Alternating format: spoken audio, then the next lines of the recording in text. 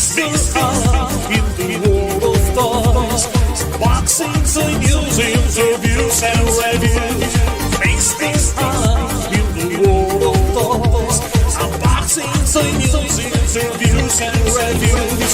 Mr. in the world of toys.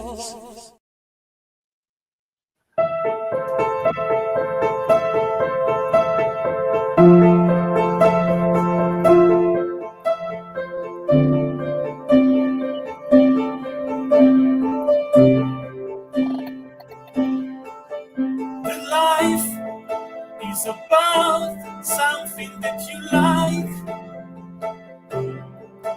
The life is something about passion arts.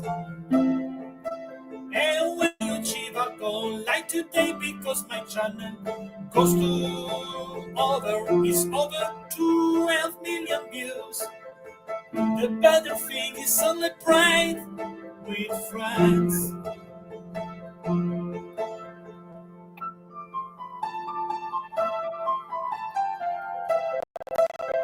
And my guest is a dear friend of mine. You saw him with me many times on the show. He's an awesome guy, writer and toy photographer. So please welcome the one and the only, Sacco. One and the only, Sacco. So, welcome back, Zach, to my show. Good to see you again. How you doing, man? I'm doing okay. How are you?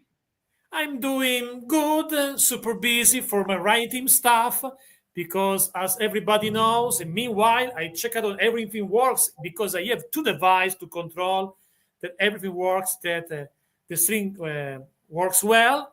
And very happy to have you back. This is the first episode since a while, because the last episode I did on this channel, and actually is the episode number 112.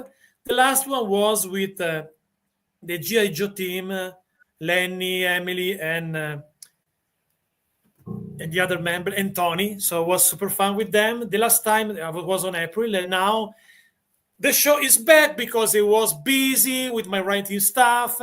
And what I say is, what is the better way to restart the show, the summer edition, summer season?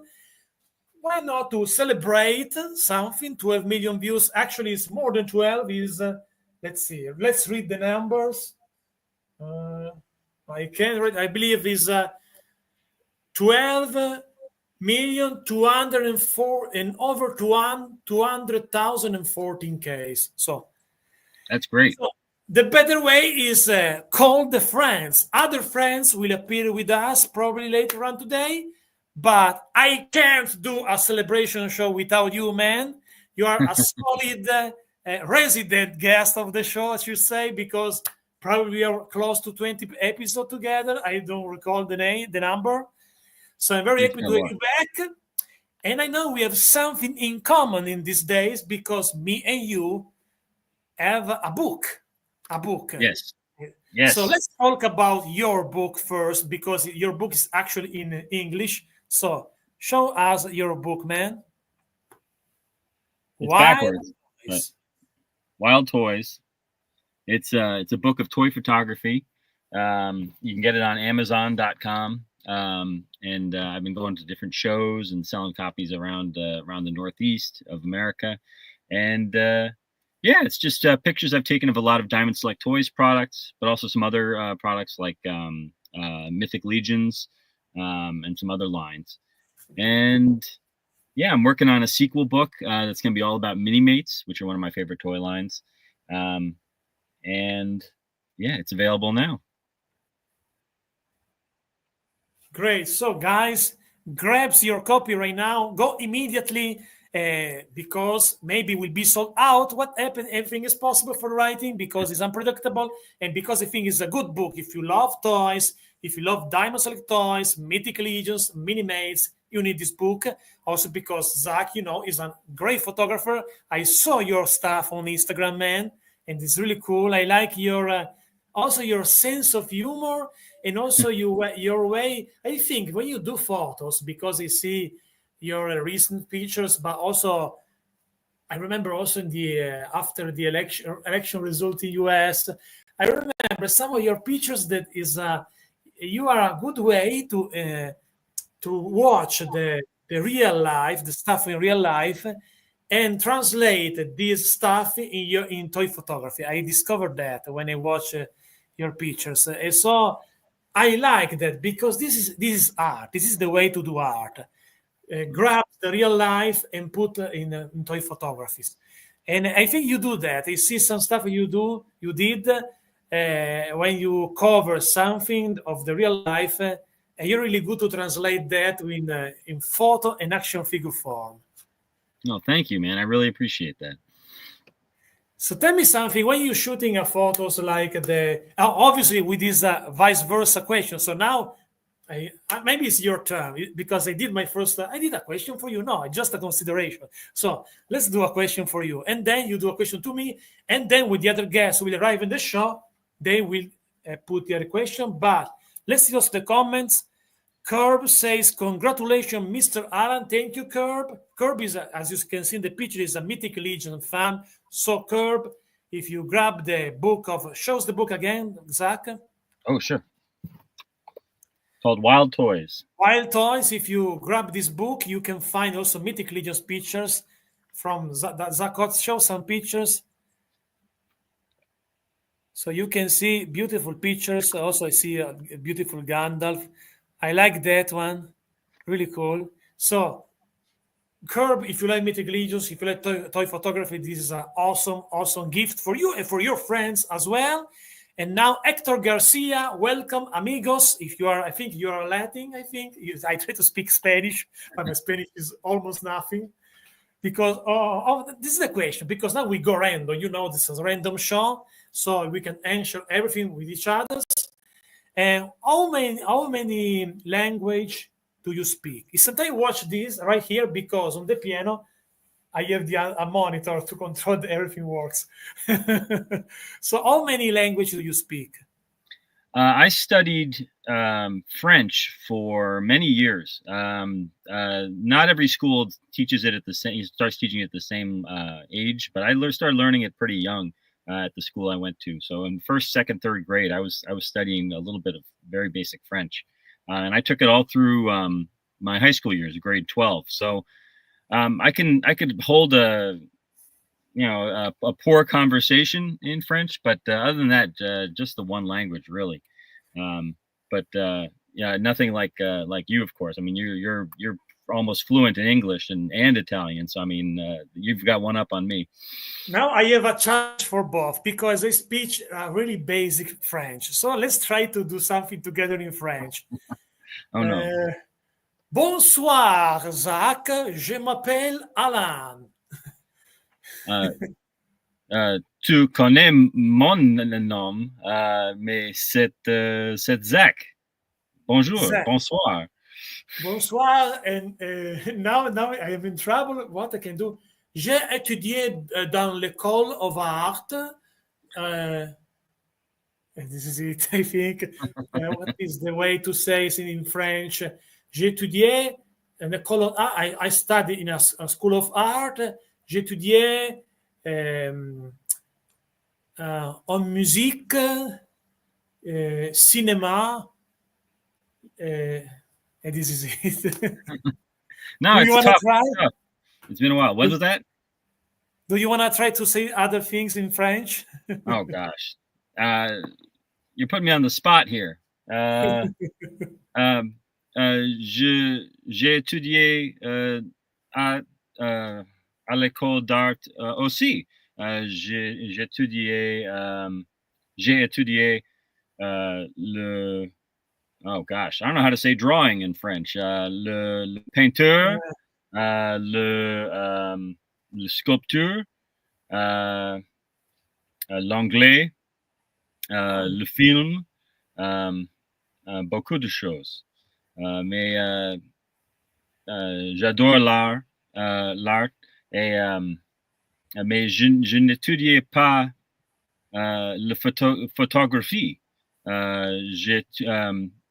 J'ai appris la photographie à mon I don't even know how to say job. It's been a long time, but I studied. Yeah, I didn't study. I it's went to an still art good. school too. I I went to an think art you're school too, like you. sorry. I think your French is better than mine, however. So you sculpt also. You sculpted in this school of art. You did something like that. Yeah, not a lot of realistic like clay sculpture, but I did a lot of abstract sculpture in a different bunch of different mediums. Wood. I did a lot of mixed media. My final thesis was sort of an installation of drawings, but it was definitely sculptural kind of. But I didn't know that you went to a school of art to study film and music. Yeah, because my university I studied that because my university there here in Italy I did, for example, my final. What is the graduated? What is the final when you got the if you when you finish the university in English? What is the name of when you did when you write something, no, to grab the final votes and finish the university? In America, they call it a thesis. The thesis, yes. And it was about because I'm also a composer of soundtrack, no? Mm-hmm. I did the soundtrack for a small movie in Italy, short movie, medium, longer movie, a long time ago. I'm also a friend of Dario Argento, and I did my thesis of for university of the music with Dario Argento, and I did a Mm-hmm. video with him. It was fun because I did just by myself without to counseling my tutor, just by myself. And my tutor says when I did my speech to present my thesis, says, well, wow, I'm surprised because in general, Dario Argento is a guy that talk a lot. And you put yourself in the middle of the screen, Dario aside, and you use your monologue, and Dario says, "Oh, okay, I'm agree, it's good, yeah," something like that. So it was fun that. But basically, in that school, I studied a little bit of music, harmony, composition, a little bit. I Mm-hmm. studied literature a little bit, story of art, especially not so much practical, more theoric, no? So history of art, I studied movie, cinema, history of cinema. I was interested, especially in a course about a lineup about horror movies, history, or theater, something like theater, drama, Strindberg, this Mm-hmm. Shakespeare, this stuff. So I studied that. It was an overall art university. To me, actually, I'll be honest with you, was just a way to continue to get money by my parents, and at the same time touring with music and working to my music career back in the day. Because when I did my final speech for the university, I was on tour in Italy with a famous band.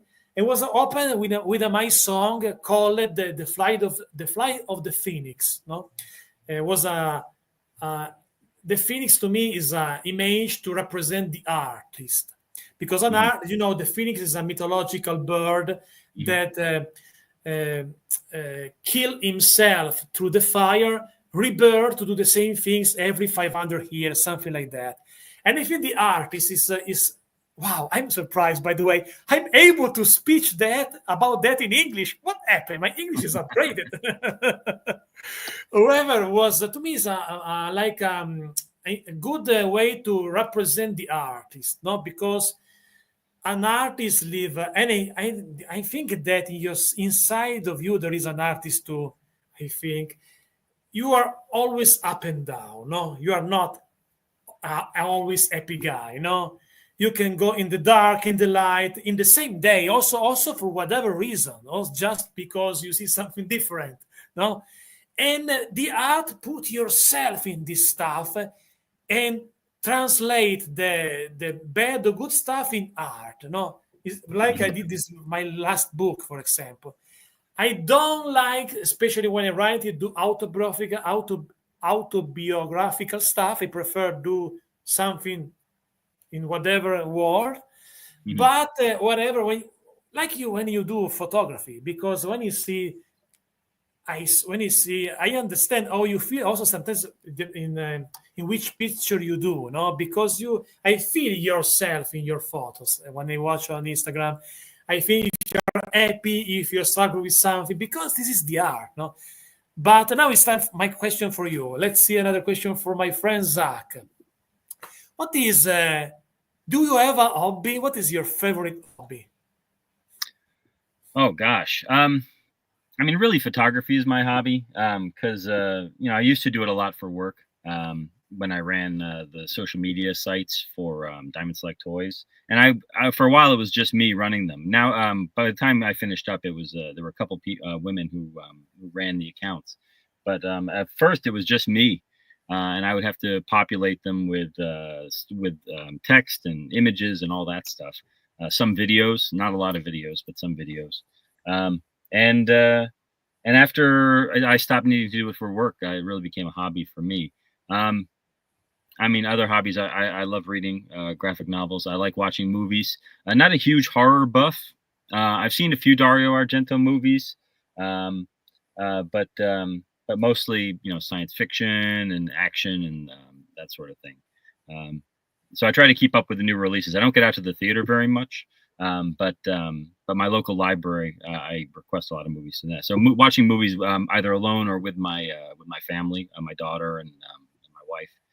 Um, that's a big hobby for me, watching movies. How Watch about you? movie. I watch movie in English to upgrade my English is a good way watching movie in English, no? Mm. Because I read in Italian because I wrote also in Italian. So, by the way, do you like my new look? I do, I do. You're clean shaven. You got the white hat. Very nice, very nice. It's like the negative photo negative of yourself. Maybe I look a little bit younger. Yeah, yeah, definitely. I can see that. This is the narcissist way of Alan, Mr. Alan. I forgot the question now. Just to explain what my narcissism, because when I talk by myself, I forgot the question. Well, my hobby, yeah. So, yeah. Um, as a writer, I wrote the first draft, the second draft in Italian, and then I translate in English. So, but when I decide to have a new goal, find a literary agency in US is a crazy goal for Italian. So, one way to upgrade your English is watch movie. No, because Mhm. also when I translate, I upgrade. And this is the part of the art. When you do something, you're growing up. You grow because what you do. So when I start to just 1 year ago to translate when I do the book proposal to do also the English version, my English become better. Not so much when I talk, because when I talk I go random. I don't care about my pronunciation and so. But when I write him, it's like a sponge, an artist. You got everything. And when I watch now, in this moment, I watch a movie based on a novel of John Grisham. It's called about the jury, I believe. Mhm. I didn't read the book. When I watched the movie, forgot the book because you got the spoiler. So, but however, and now I'm watching that, and this is the moment now. I know that I like watch a movie. There is a comment on my look. Sorry, man. Let's see. Curb says the new look is wild. I thought I had the wrong channel. White suit and no mustache. It's like the anti Mr. Allen. I like it. Thank you, Curb. So let's see when Chris Gawrych will appear. So JP, I just check out for a minute. Sorry, guys, but I need to see what happened to JP on Facebook. Let's see. No word so far from JP. Let's see. It's a unpredictable show tonight, but with a solid guest. So this is interesting things. No, speaking of black and white, you have a solid guest, and maybe I don't know if Curb and Hector knows that. Zach is the most frequent guest of the show. I think I don't recall the name numbers. probably 15. I don't remember. But I can't do this celebration show without Zach. So the most important thing, have Zach. I hope to have also Chris, another dear friend, so JP. But let's see. I will continue to answer your question. Other hobby that I have, sculpting. This is a part. Let's show you for a minute. Uh, Sculpting. This is maybe I showed you that before. I think this is just a tower of a huge castle that I built for Dinosaur Toys, Lord of the Rings, and gosh, now thanks God that they release Saruman and and Gandalf, because it was meant to be the top of the tower, the Wizard Tower. No, I sculpt also. You can see I carved everything, also the stone bricks. No, you can see that. I think I hope the quality is good for the screen. Just for that, you can it looks see fantastic. So it's a big project, but now I'm busy. But I wanna do, especially because it's something that you can work better in the summer. Because I used to cut that. I use that one. This one is called Proxon. No, is to cut straight line. No. It to works with the XPS foam is a good way, this one. And to understand how to do this stuff, to me was another challenge actually. Now a cable become a pain in the ass, the cable of this stuff. Now sorry, because I try to put back in place. And what I say before, when I started this project was because I wanna create an environment for this figure, for Mythic Legions, Lord of the Rings, Time of Select Toys, also for Mochu, something of Mochu. And then I want to share with you my latest two stop motion, because I work hard for these two. One, I spent 13 hours, the other 10 hours. So I need to show that. I want to see what you think about it. And I sent that also once again to Alex Kropnak, mutual friend, master of stop motion. So sometimes I go to Alex, give me what do you think about that? However, sculpting is another hobby that I have. There was a challenge because I never did something like that before. No, it was my concern was, I will be able to do that, and my girlfriend says, "No, you are not. You are not. It's impossible." And then I start to build this one, a fireplace. I also, my brother was surprised for that, for my ability also in this stuff. But because it's time consuming, because now I start to writing really hard, 2 channel now, because it's back my huge wrestling channel. So but I have this project. I wanna try to finish this casting during the summer, but before I have like a schedule, not just a schedule, a priority. The first priority is writing. The second one is this channel. The third one is build the castle, and the fourth one probably is the wrestling channel. No? So follow with the priority to don't do something wrong is a good way to do something good. But it's time for my question to you. Let's see. Are you good on singing? Do you ever sing a song in your life? I think I'm okay. When I was in college at university, I was in a singing group, an a cappella group, and we would sing popular songs, just all of us together, without instruments, just our voices. And I was in a lot of choirs in high school and junior high school. The grades 6 through 12, I think I'm okay. My daughter is a fantastic singer. She does musicals at the school, and she's always doing karaoke on television. So very often when we're in the car, if a song comes on together, that we both know, we'll sing it together. Cool. I'm okay. I'm okay. I don't get the chance to do karaoke very often, but I do love it. And by the way, cappella is the same in Italy. To say is when a group of people sing without music, we say a cappella. It's the same. Probably, I discovered that some words still the same Also, when I watch this movie, I discover new words, and some words are the same of Italy or so similar. I discovered that is interesting. That, by the way, because sometimes the language is a crossover, not between two languages. There is some crossover. A cappella is a perfect example of that. But however, I feel when I read my book in English, I don't know. Sometimes I feel that the works better in English because the English, especially if you do a genre like thriller of horror, because my latest book, coming soon, available in English, my latest novel, uh, is a thriller with a mesh. The main genre is the thriller, but there is also subgenre because I do mashups cross a little bit, so there is some paranormal stuff a little bit inside. But however, when you do genre, you need to be go straight to the points. No, you can't do surrounded with too much words. No, you need to be right to the points. No, if you compare Italian and English, the Italian is like a man that talk too much, like me. The English people are like you, talk right, the right things in the good way. The English is like this. So I like English because it's like a punch sometimes. You need to punch the concept to the reader, no, to go immediately there. It's the reason why I start to writing also young adult books because for young adult you need to be more simple, more fast.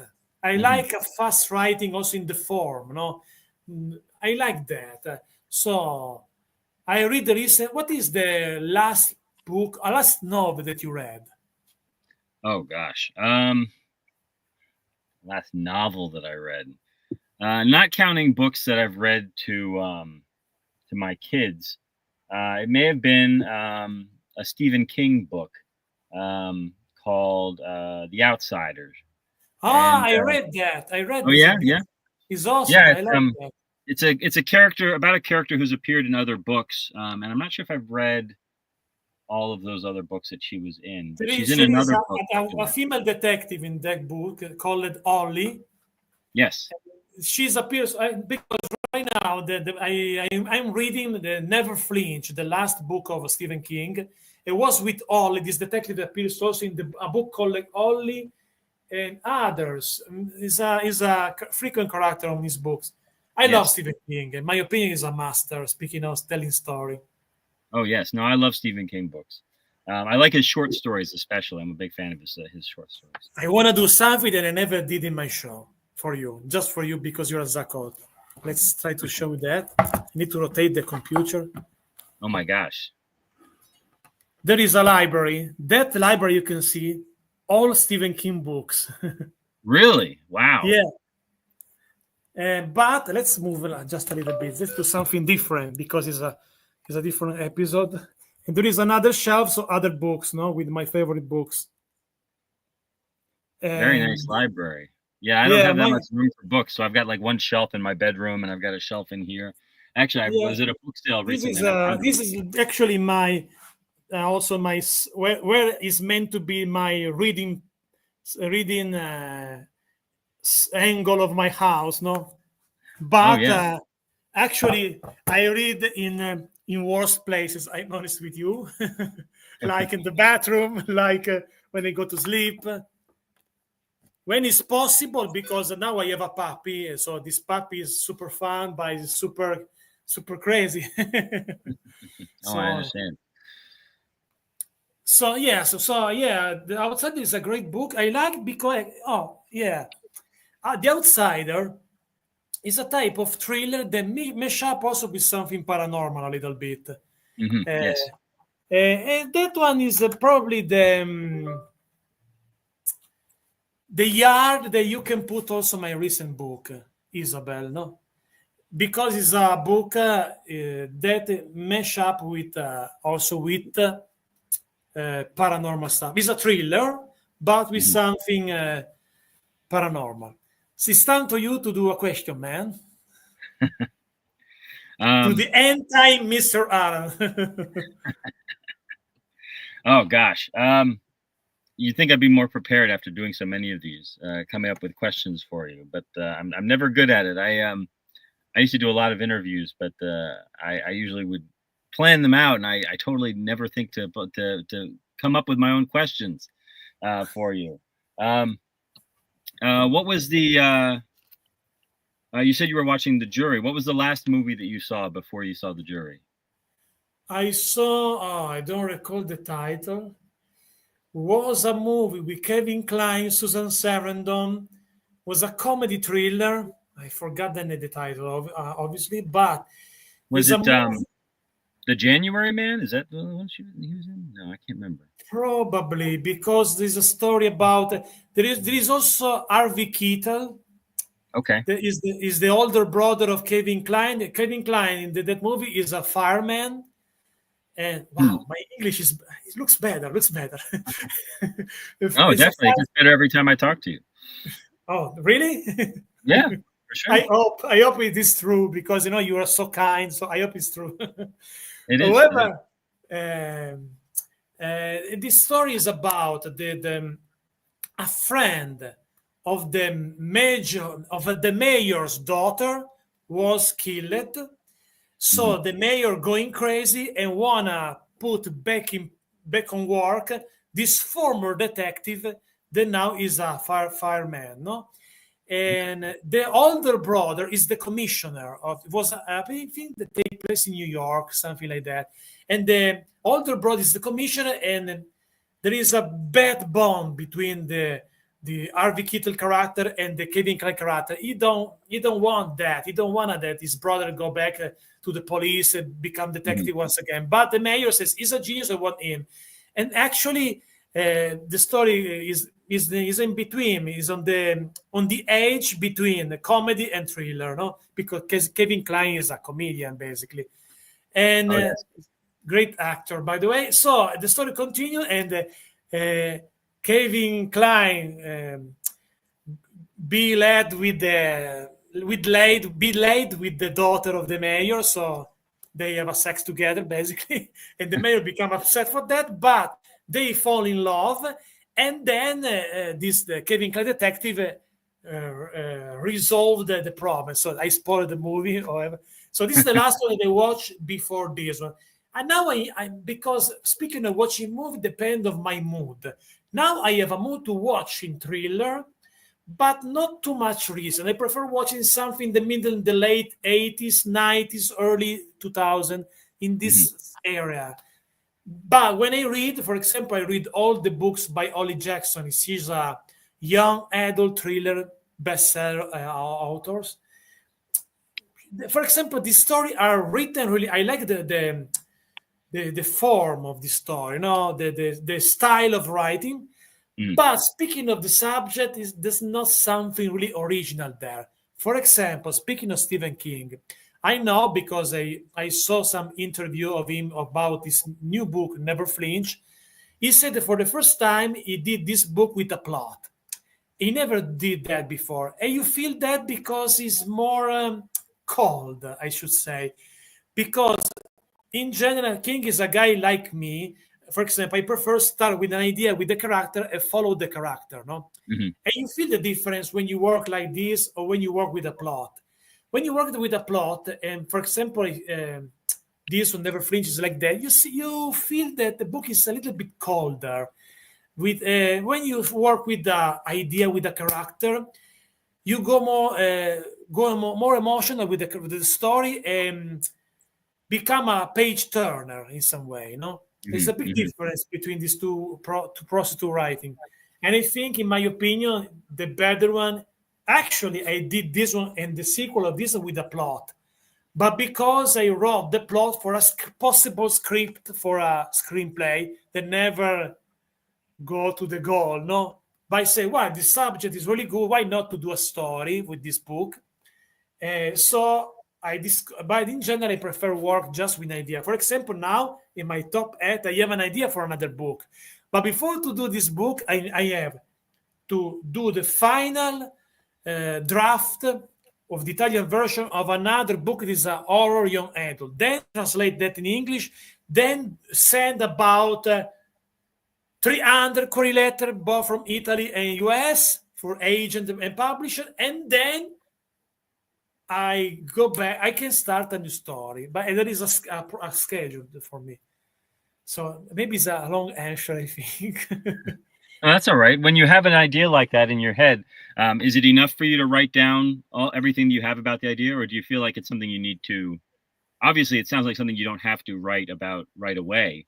If you have all these other things you want to do first, do you have to take extensive notes, before the idea leaves your head? First of all, it's a good question. You said before you are not too good to do question, but this is a very good questions. Better than some questions that I got in the recent interview in Italy for my book, by the way.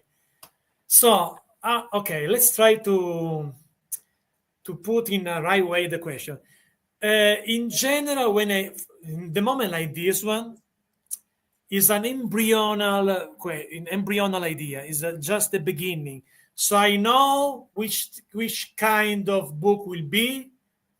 Clear your head once again. I know which type of character will be involved.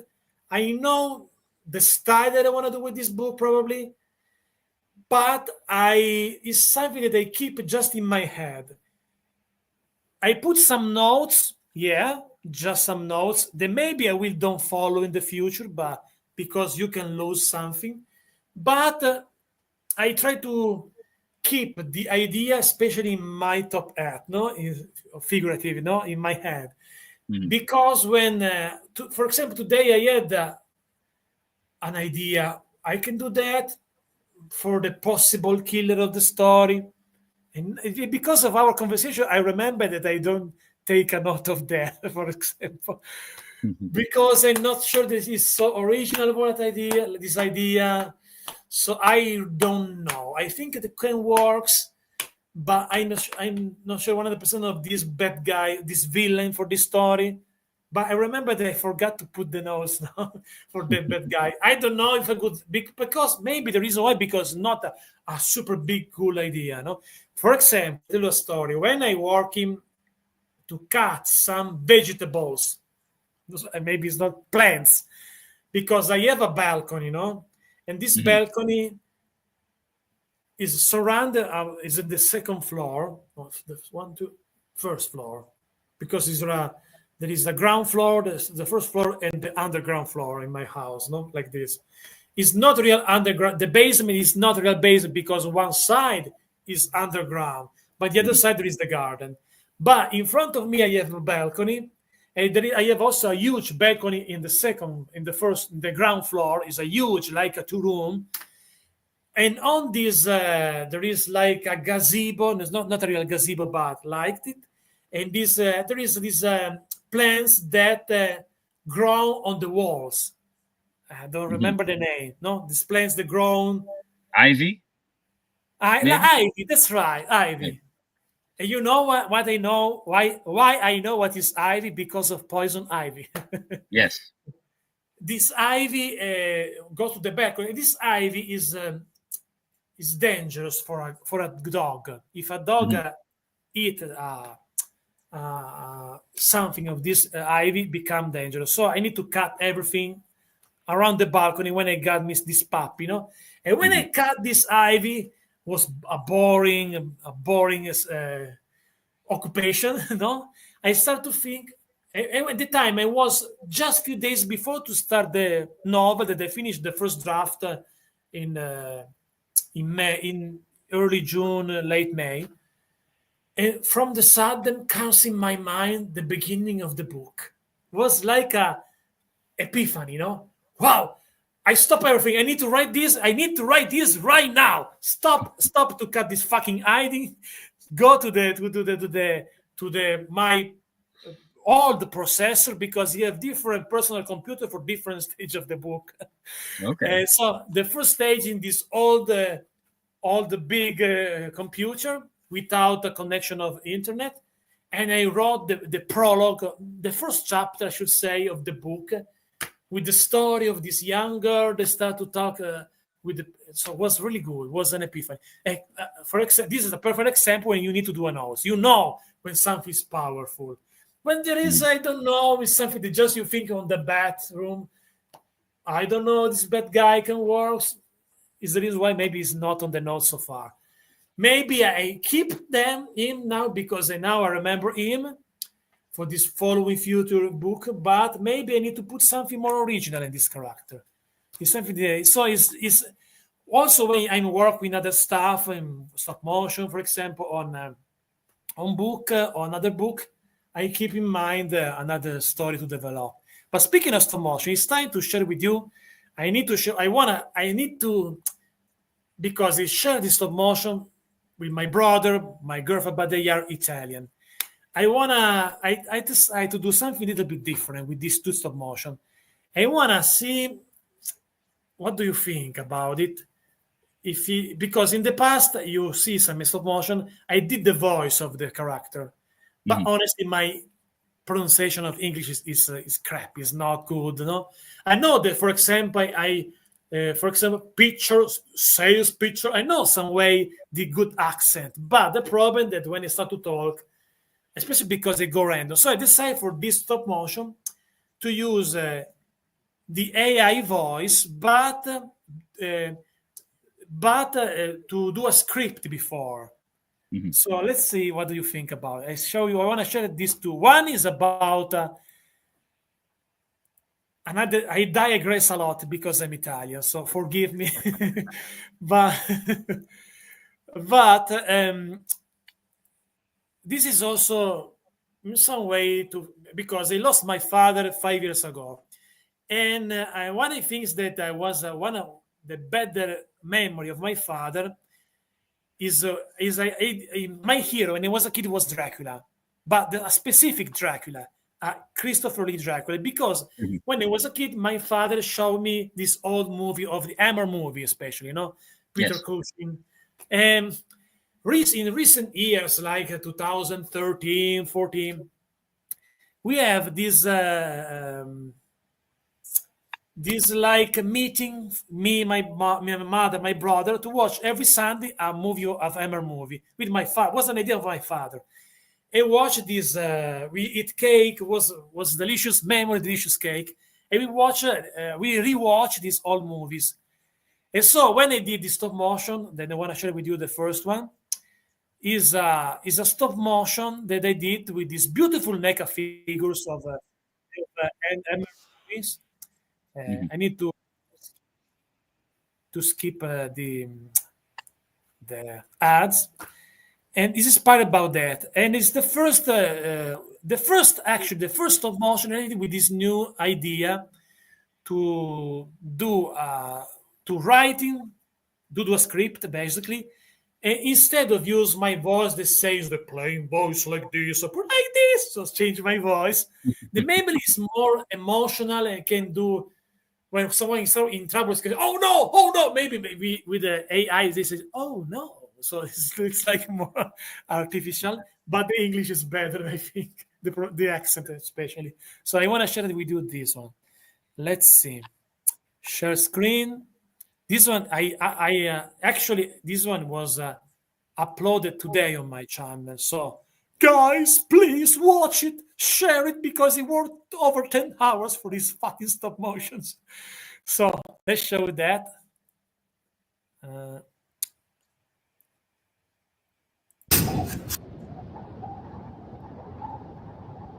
I have arrived. This must be the castle I am looking for.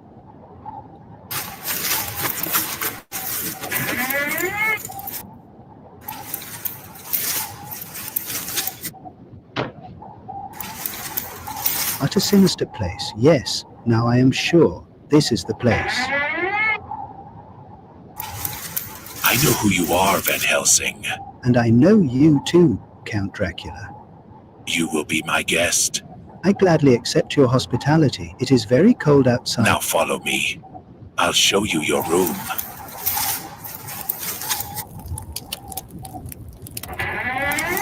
Here is your room. The warmth of the fire is always appreciated. I left dinner prepared for you. I won't be able to join you. Thank you for your hospitality. It is very cold outside. Have a nice day. We'll have a chance to talk later. Thank you again for your hospitality, Count Dracula. Now rest. Professor Van Helsing, you have had a long journey. I accepted his invitation, and it may be a mistake. I have to be careful and be ready for any eventuality. Stay away from me, creature of darkness. In the name of Jesus Christ, return to your hiding place. I have to find the crypt. I have to defeat the vampire once and for all. That monster must be stopped.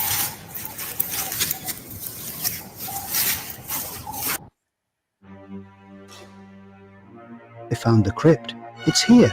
This is the place. But it's too cramped in there. I have to pull out the coffin and open it.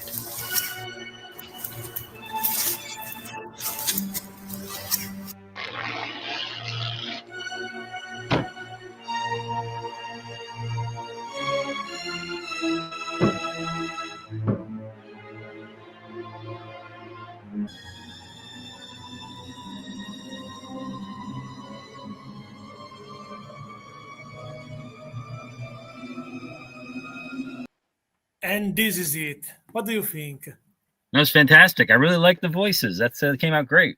AI is amazing. So do you think it's better like this one before my previous one? Because I need to do a choice for that. I don't know. The ones you've done your own voices for are so they're so authentic. You know, it's you. It's you, and you're the artist, and you're providing the voices, and I really like that. But it certainly is. It adds a very different feel when you have the different accents going on, and yeah, I can still hear your voice as they're reading their dialogue. I can hear it. I can hear the dialogue in your voice, but it's very interesting. It's a very interesting feel to hear your voice, but also to hear it in a different accent. Yeah, because I first of all I need to see. You know what is one of my, speaking of digression, one of my top stop motion with more views is the last one that I did with the invincible figures when I got the max explode, and that one was with my voice basically. So I don't know what I can do now. Depends of the views. Honestly, I know it's with you because because like to do a stop motion like this, I spend more time because when I do stop motion with my voice, I do improvisation. I watch. I finish the editing of the video. I start to watch the show. I start like this. So maybe it's more natural, but my accent is really bad. And when I do improvisation, I go if I have two way to speak, I choose the basic one every time. No? For this one, I like, for example, for Peter Cushing, Van Helsing, I use a UK English version. No, to speak a little bit with more different. No, I like this one. So because of the time, I don't know. Speaking of time consuming, this is a big time consuming. In some way, it's a pain in the ass because it's so difficult to do that, especially to write everything. And when you wrote everything, you need to choose the right voice. Now I want to share with you another one. So you are my victim tonight. But because this other one I want to share with you is the other one I did with this technique. So writing the story, the script, not improvisation like when I do my message. Let's try to do a comparison because I want to see your advice, your opinion advice. I'm going to share other more too. One is maybe the most complex that I did because it was a motion, Master of the Universe stop motion with so many characters. And what happened with this? I need to choose so many AI voice and write different dialogues. And the same times, sometimes the length of the voice is longer than the clip. So I need to upgrade the clip or cut the voice. So it's a really pain in the ass because of too much characters.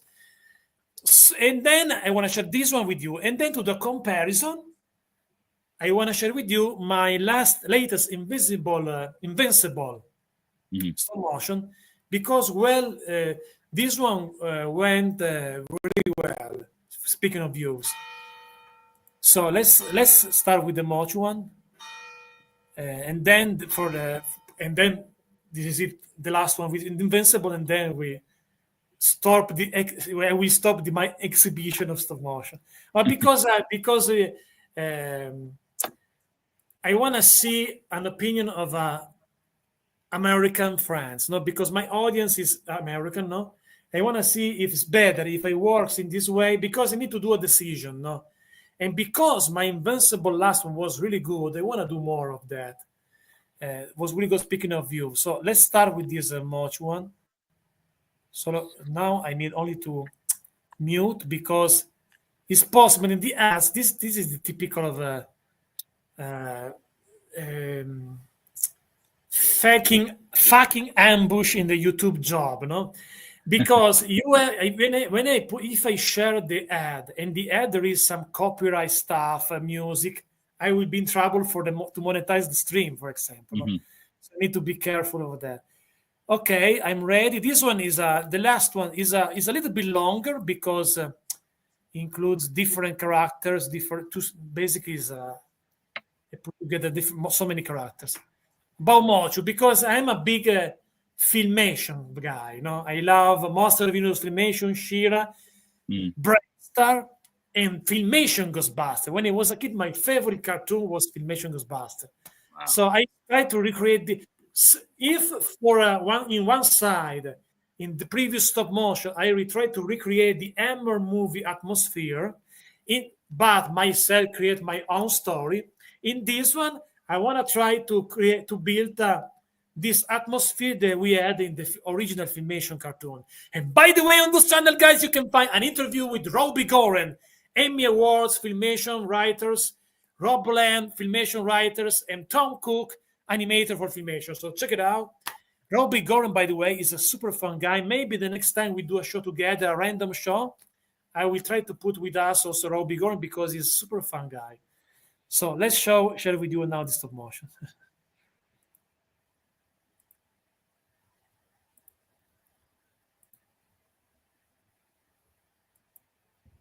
Come on, Orko, we have something important to do. Very important. Put the chest in the middle of the room. Good. Very good. But Uncle, why don't you use magic to move it? My dear nephew, magic should only be used when necessary. Come on, open the chest. It would be much easier. What do we do now, Uncle? I have to cast a spell. Move aside. Hey, I know that. It's the hero medal. Come on, Uncle, let me use it. No, Orko, it could be very dangerous. Put it in the chest. Now, I'm going to conjure up another magical object. Wow, is it a wheel? What is it? Is it a wheel? That's the wheel of infinity, and in the wrong hands, it could destroy Eternia. Come on, put it in the chest. What now, Uncle? Are we done? Are we done? There's one last magical object we need to hide. Wow, what a beautiful mirror. I should give it to Driel. That is the moon mirror. It is very dangerous. Put it away immediately. Good. Now move away so I can close the chest. Now let's go, Orko, and please don't tell anyone what is kept here. Of course, Uncle. Don't worry. I'll keep it a secret.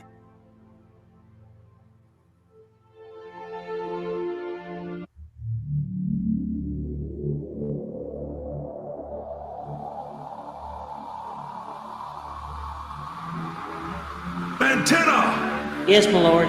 Call Catra and Grizzlord. I have a mission for them. They must go to the Palace of Eternia and retrieve a magical treasure for me. Come, Driel. I want to show you something beautiful. What's inside? Is it jewelry? They are magical objects. I want to show them to you. I'll open it. Look. Damn, it won't open. Maybe it's dangerous, Orko. Leave it alone. I want to show you something beautiful. I really wanted to show them to you. I don't think you'll be doing that. Grizzlord, take the chest now. Stop. I won't let you touch it. You'll have to fight me. Get out of the way, little man, if you don't want to end up badly. Stop, you beast. You guys really annoy me.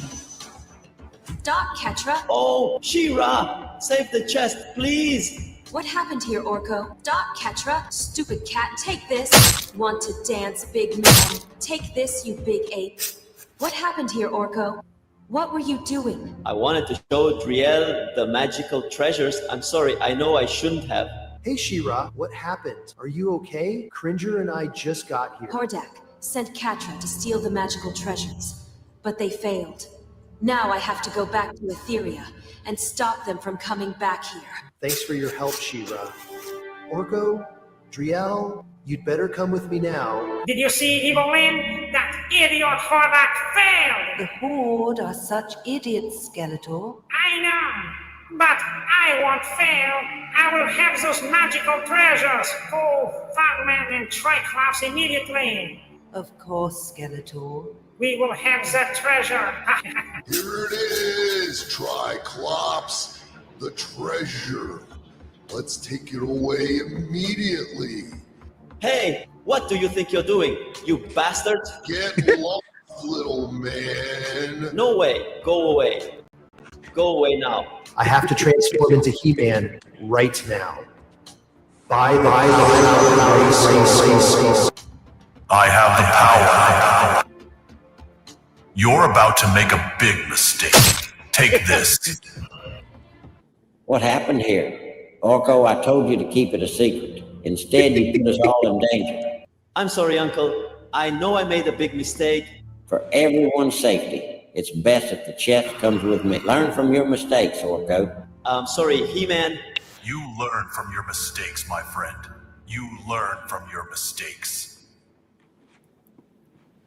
And during the moto stop motion by Mr. Alan, Chris is here. So Chris deserves a song. Come on. I forgot about the song. If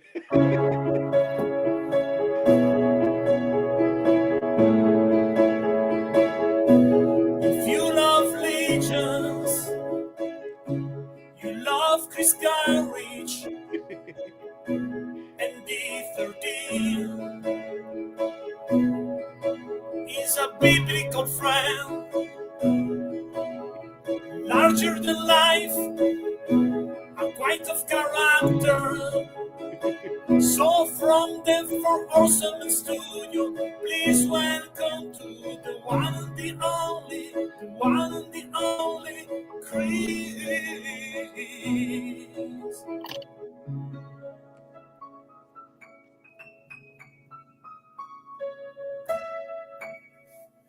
Chris, how you doing, man?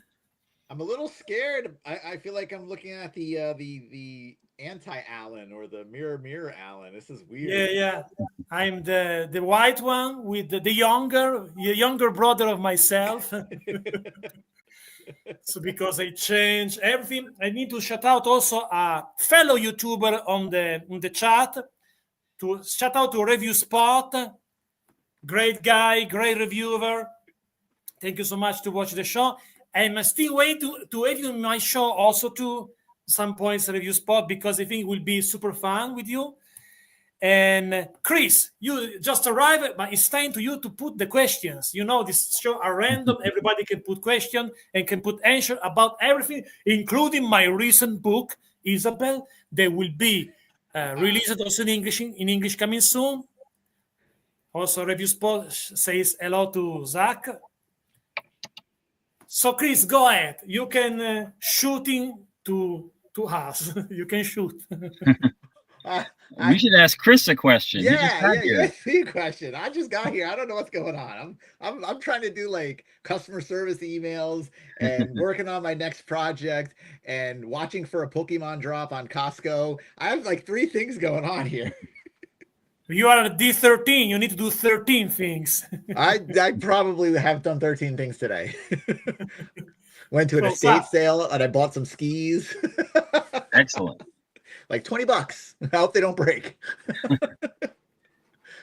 What have we talked about so far? We've talked about how many languages we speak. We've talked about whether we can sing.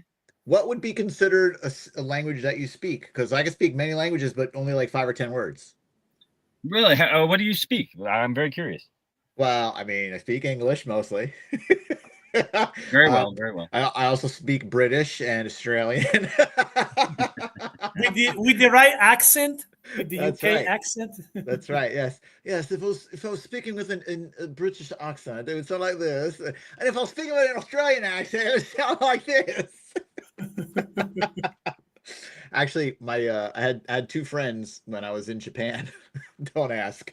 One was British and one was Australian.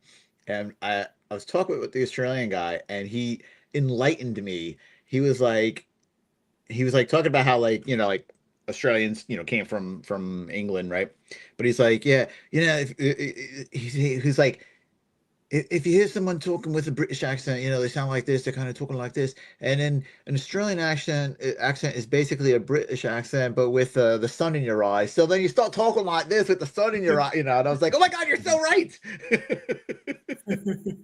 You travel to Asia a lot. Do you speak Mandarin or Cantonese? So again, it depends on your concept of what do you consider speaking, but I definitely speak Mandarin enough to get in trouble, and I speak enough Cantonese to say, that's delicious. Hey, pretty girl, bring me more food. say something in Mandarin. Say something. Well, you know what? And I'll even do this. Like, I'll say the same thing in Mandarin and Cantonese. So, like, if you're saying, like, you want to go out to eat, or, like, time to eat, like, let's go eat, like, usually you're in the factory and they go, Krista. They always call me Krista. Krista, 吃饭, 吃饭吗? 吃饭? So, like, 吃饭 means, like, eat. And if you say ma at the end, it's like a question mark. So, 吃饭嘛 is like, you want to go eat. And that's Mandarin. But if it's Cantonese, they'll say 食飯. So they'll go, Krista, 食飯. So it's either 吃飯 or 食飯. So it's written the same way, the same character, but it would be pronounced completely differently. Mandarin's very soft, Cantonese is very hard. So, but for me, when I was going to China more, I spoke it a little bit more. Now I've, like, kind of completely bastardized it and forgotten everything. And then add into the fact that now I'm going to Japan, and then all my Japanese is coming back. And so my problem is that when I go to China, I want to speak Japanese because I'm an idiot. And then when I get to Japan, all the Japanese I was trying to speak in China goes bye-bye, and I start speaking Chinese in Japan. And I'm like, I am so Polish, it's ridiculous. And I am Polish, I could say that. So, but I mean, like, I've studied, like, Spanish. I used to listen to a lot of Spanish music. And studied some Italian in school, studied a little bit of German. Like, I like languages. I just don't have the time to learn them. Wow. But I can copy them very easily. Like, if I hear somebody talk, I'll copy German is tough. German is tough to speak. Yeah. Yeah, is the only word that I understand. Yeah. Maybe Fräulein means girl, probably. Fräulein, yeah. Fräulein. Yeah. Yeah, I learned that from Nightcrawler. But me and Zach, before in the show, we speak in French together. Oui, bonjour, mon petit. Bonjour, mon ami. Bonjour, mon ami. Yeah. Again, learning all of our languages from the X-Men. That's Gambit. Yeah. Well, mon ami. What other languages? Language is awesome. It's interesting to think about.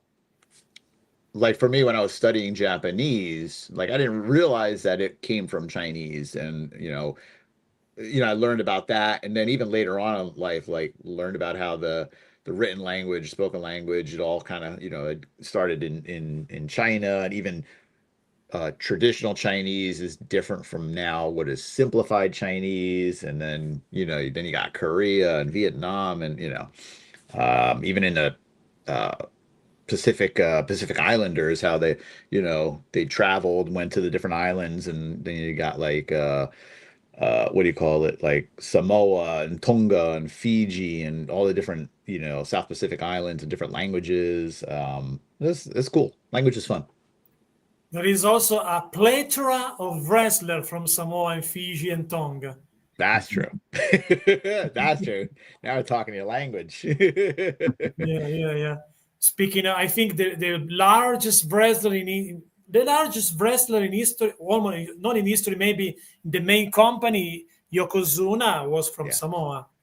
Do you remember, guys, Yokozuna? Oh, yeah. I guess I always assumed that he was from Japan since he was a sumo. Right. Yes, was billed like a a Japanese sumo wrestler, but he wasn't. Oh wow, I didn't know that. Yeah, I didn't know that either. But in the end of his career was about 666 pounds. Wow. Was super big. And the last question that you missed, what is the last book that you read, Chris, or that you still reading now?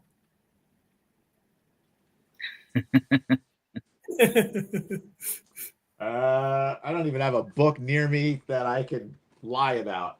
Here we go. Here's the last book I read is the Pokemon Prismatic Evolutions. Coming up, the new card set that's actually old already. Do you know, Chris, that Zach has released a book of photography that includes also Mythic Legions? Did I know that? I'm trying to think. Did you show it on Instagram? I'm trying to think. I feel like I've seen it. Well, I feel like I've seen this. How it's pretty new, right? Yeah, it's pretty new. I published it a couple of months ago through Amazon. I do have a couple of Mythic Legions pictures in it. I have one of the Monkey King. Yeah. I'm a big fan of that figure.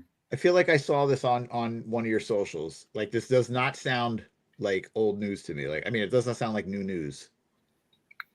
But, however, that being said, you're a little too early to put out your book, because I don't see any biblical figures in there. I've only got the one. I've got the demon character that you gave me at the Danbury Shop the Curiosity Toy Show.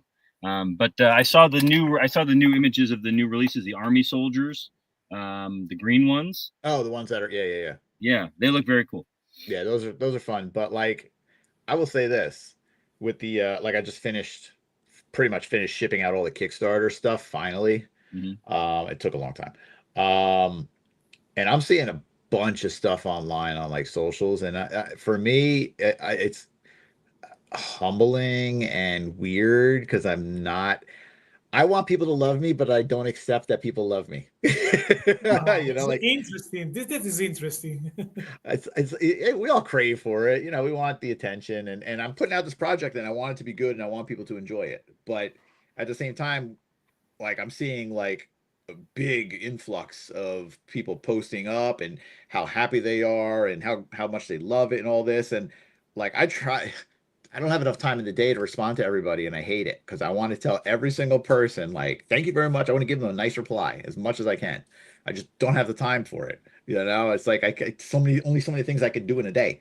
And but every single time I talk about it, I always say I appreciate everyone. It means a lot to me. I'm so happy that I can make them happy, and it's just weird. And I want to keep making more stuff, but I want to say two considerations for this. First one, you deserve it because I know your passion behind it. So many years you work for this project, so you deserve it and feel good about it. Enjoy the moment, enjoy the good feedback because you deserve it. And first of all, I totally understand your feelings because I recently published this one in Italy, my thriller novel, coming soon also in English. Is my 7th novel. And the people that read this book told me that it's really good. So when they told me they are happy about the story, I understand what do you mean. It's the reason why when I do a notes, because when the people go to my, when I do a book tour in Italy, a presentation of the book, I did a notes for the people that buy the book. But I don't do just good, have a good read. No, because I'm good to read through a person to the face. So I watch people in the eyes. I say just that, watch me. And I write something about you. And every time the people say, "Wow, oh, you can do that because it looks like you and you know me." But I didn't know these guys. But it was like to send them a gift because to me the gift is that they trust in my book. So I don't want to say for you for. Peter, for example, Alan, have a good read or something like that. No, I want to do something that is personal because I think that every reader or every people that follow an artist for whatever reason deserves something personal to a real authentic exchange. Yeah. Oh yeah. Yeah. And do you And do the people who read your stuff, do you see yourself growing, getting better? Do they see you growing and getting better? Do you have those conversations, or do you notice this? Yeah, I sometimes I remember for example, for a previous novel, to me the most growing moments is when I see someone getting emotional from my story. Uh, for example, when I do a book, I do a first draft, second draft, and the final draft I have some readers. But the first reader is my girlfriend. It's like a victim of my story, Yeah. And recently we work on a book that will be released this September with another publisher. It's a tough book. It's a magic realism book that talk about a broken bond between a father and a daughter.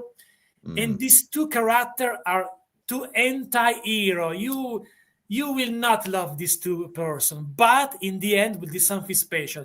And during the working of the editing, when I work with my girlfriend, she told me, "Cut this. This is crappy. This is garbage." Because she's tough with me.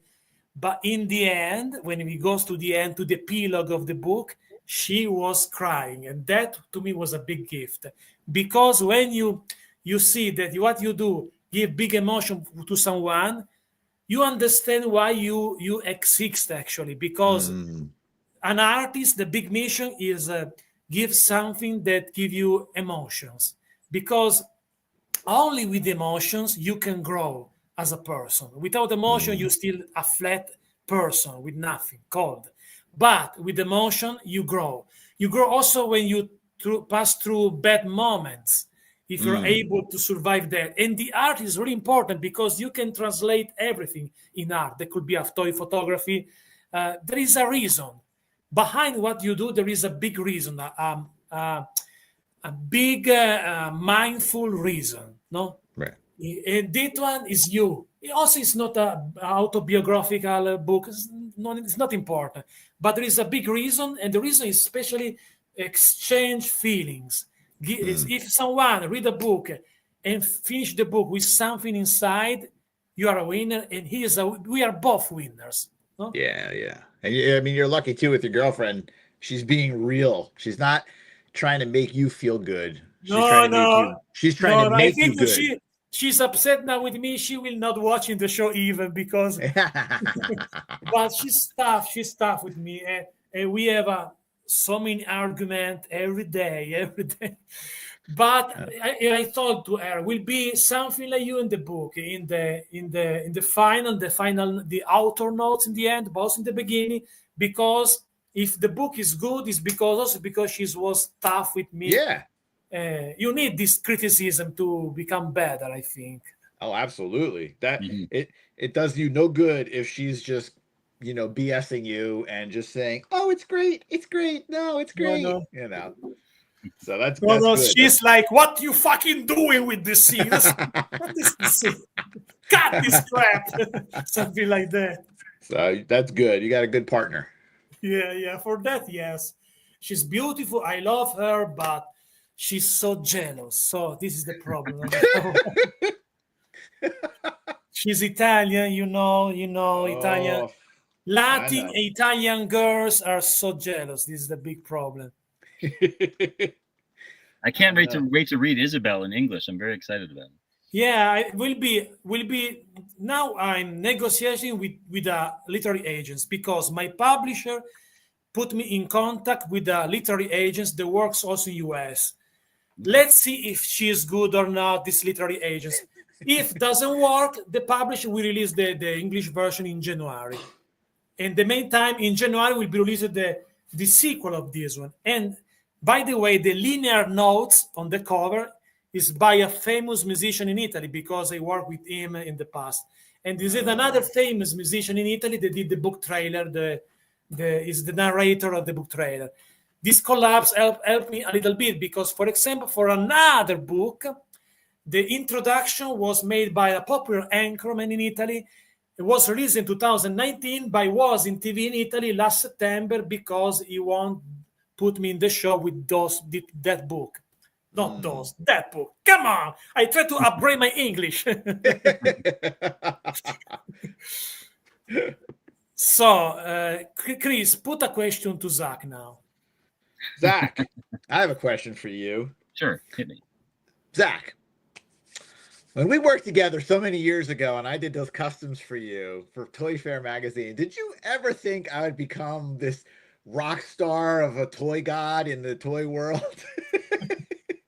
I knew you were super talented. I didn't know what your what your goals and what your trajectory would be, but I knew that you were a very talented customizer. And I remember you made a. Is this you that I remember? You made a life-size bust of Thanos. Did you do that? Yes. I remember that. So cool too. Yeah, I did. That was actually fun because I did it all in like clay. And I made a big shell mold of it, like you do a silicone and then a shell and everything. And I think I made 1 or 2 copies and I painted it up. And actually, I was shocked that it actually looked good when I painted it because I'm not a good painter. But it was like, I don't know if I finished it, but I was working on it and I had pictures of it and I had a picture of it next to me. The head was huge. And it was like more of a who was a Jim Starlin art style, going for that look. And then I had a lot of turbulence in my life, and that was that. Me and my girlfriend had a baby, and and all that by accident, and then things did not work out, and then I was basically mostly homeless, no job, no car, trying to finish college. So that put a pause on my artistic career for a little while. No, but I have fond memories of all the work that you did for Toy Fair magazine back in the day, all the different figures that you made. We were just talking about one of them recently. You reminded me of one of the characters you made. Now, which one was it that we were just talking about? Spaceballs, because remember Spaceballs 2? Spaceballs, yes. No, very cool. When we found out about Spaceballs 2, we were talking about how he made us a figure of the character. Have you seen Spaceballs, Mr. Allen? Yeah, also because I love Mel Brooks and John Candy is one of my favorite comedians. Right, that's right. You love John Candy. I forgot about that. Yeah. So we were talking about like all the talking about that, but like it was so fun getting to do that for Zach because I was still practicing, learning, and everything. And when I did the customs for him, I did full sculpts. I didn't take a toy. I didn't go like, oh, I'm going to take this toy. I'm going to just put a little boop and a little boop, and I'm going to paint it. I said, nope, I'm going to sculpt the whole thing because I'm stupid. And I had to do it fast too. And Zach was always, super supportive and I'm always just like, you got something. And he was like, hey, can you do this? Can you do that? I'm like, absolutely. Let's do it. And I still, hold on one second. Let's play some music in the meantime. He's going to the archives. Yep.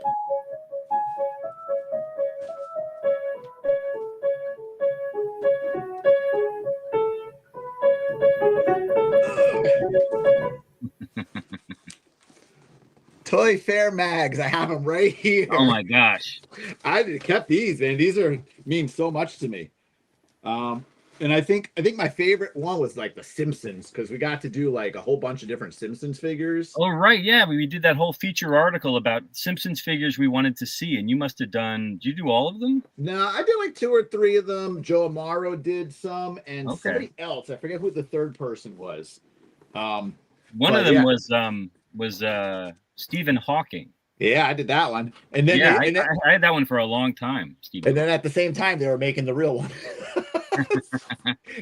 We were the precursor to it, but let's see if I can find it real quick. Let's see the thing. It's always like trying to figure out what section, what page, what figure did I do in that one. But yeah, it was always like it was good for me because I got to do some real sculpting. And wait, is that you right there? Probably. I mean, I loved Toy Fair magazine. Was that you in the green shirt? In the green shirt, yeah, that's me. Cool. Toy Fair magazine was my favorite. I loved it. And they had like different things, like they had homemade hero. So they had, homemade hero like that. Yeah, people would send in their custom figures. Right. Yeah. That was just when people just made it themselves and sent in a picture, right? Yeah, they would send us pictures. We'd go through them, pick the best ones. Yeah, no, we for a while there I answered the questions in the letters column. For a while there somebody else did. I think Justin Ackland did for a little while. Right. And in the news section, I think you're at the beginning of the news section right there. That usually that's where we had the sidebar about figures we wanted to see, like wish list it was called. Yeah, and I'm trying to think. Let me see. Let's see. So, cool. That one's hideous. Oh my god, I can't believe that one's so bad. So, which Zach one? wanted a Teen Wolf toy, and I love that one. I love that one. We definitely still Wow. need Teen Wolf action figures for sure. Yeah, but I sculpted that. It's probably like a 6-inch figure, but posed. I don't know why I did them posed. I don't know if you asked for that or if I just did it. And honestly, I think the fur came out pretty good, but like the head was so-so looking at it now. Yeah, I don't remember if we said, "Hey, can you do it like McFarlane style, or can you do it like like fully articulated?" I think we were just happy that you were willing to work with us and that you did that full sculpt from head to toe. So pre-posed figures were still very popular back then. I mean, there were a lot of figures that came out that didn't really, McFarlane, the movie Maniacs line was still active, I think, at that time. Some of the other toy lines out there, like a lot Big Trouble in Little China. I remember those were very they had very dynamic poses. That is a toy line I need to redo and do properly. No, posable Big Trouble figures would be very cool. Yeah, I want a David Lopan so bad. Oh man, that's another license D13 should go after for sure. That one, I don't know who owns it. That one's one of the ones that's hard to figure out. I mean, I know obviously Loyal Subjects did one of the Thunders, and then who did that early line of Big Trouble figures? Do you remember who it was? It wasn't N2 Toys, was it? N2 Toys? Maybe. I think that's who it was. I forget. N2 Toys changed names a couple times. At one point, I think they were WB Toys, I want to say. They had a lot of stuff they showed off. They made a lot of Matrix figures. They made Road Warrior, I'm pretty sure. They even were going to do some for the Mummy. I don't know if they ever did the Mummy. Really? Yeah. Oh man, the Road Warriors. You mean the Road Warriors, the wrestlers? No, the Road Warrior from Mad Max. Do you know Mad Max? Mad Max with Mel Gibson. Yeah, the sequel to Mad Max was Road Warrior, and then the one after that was Mad Max Beyond Thunderdome. I love them all; they're all great. And then they did, and they brought them back. They did Tina Turner song. That one probably. Which one? The song that a little bit sang Chris. I think it was Tina Turner in the movie. Yes. From Beyond Turner, the Mad Max. I think they also Mel Gibson and Tina Turner have some affair in some way, probably behind the scene. I don't know. Just rumors. There's definitely a number of licenses that I would love to get a hold of. I don't really have the money for, but if they give it to me real cheap, then that's a whole nother story. But licensing is hard, which is why I don't want to do it, because it costs money. And you're not going to make money. Oh, shout out to another friends in the chat, 16 Shooter, Trevor. Pew, pew, pew, pew. We don't need another Trevor. So my one thing that I want to do is I'm trying to reach out to Brooks Films to see about doing a Mel Brooks Moses with the 15 Commandments, because since I already have a Moses figure, I just need a new head and then a pile of rubble for the third tablet. And so I'm trying to reach out to them. I had talked to them in the past, but now I don't know. Maybe they're just too busy with Spaceballs too. Yeah, maybe. Mel Brooks now, I think, is about over 90 years old. How old he is now? I think it's like 98 or 99 or something. 98 or 99, something like that. It's still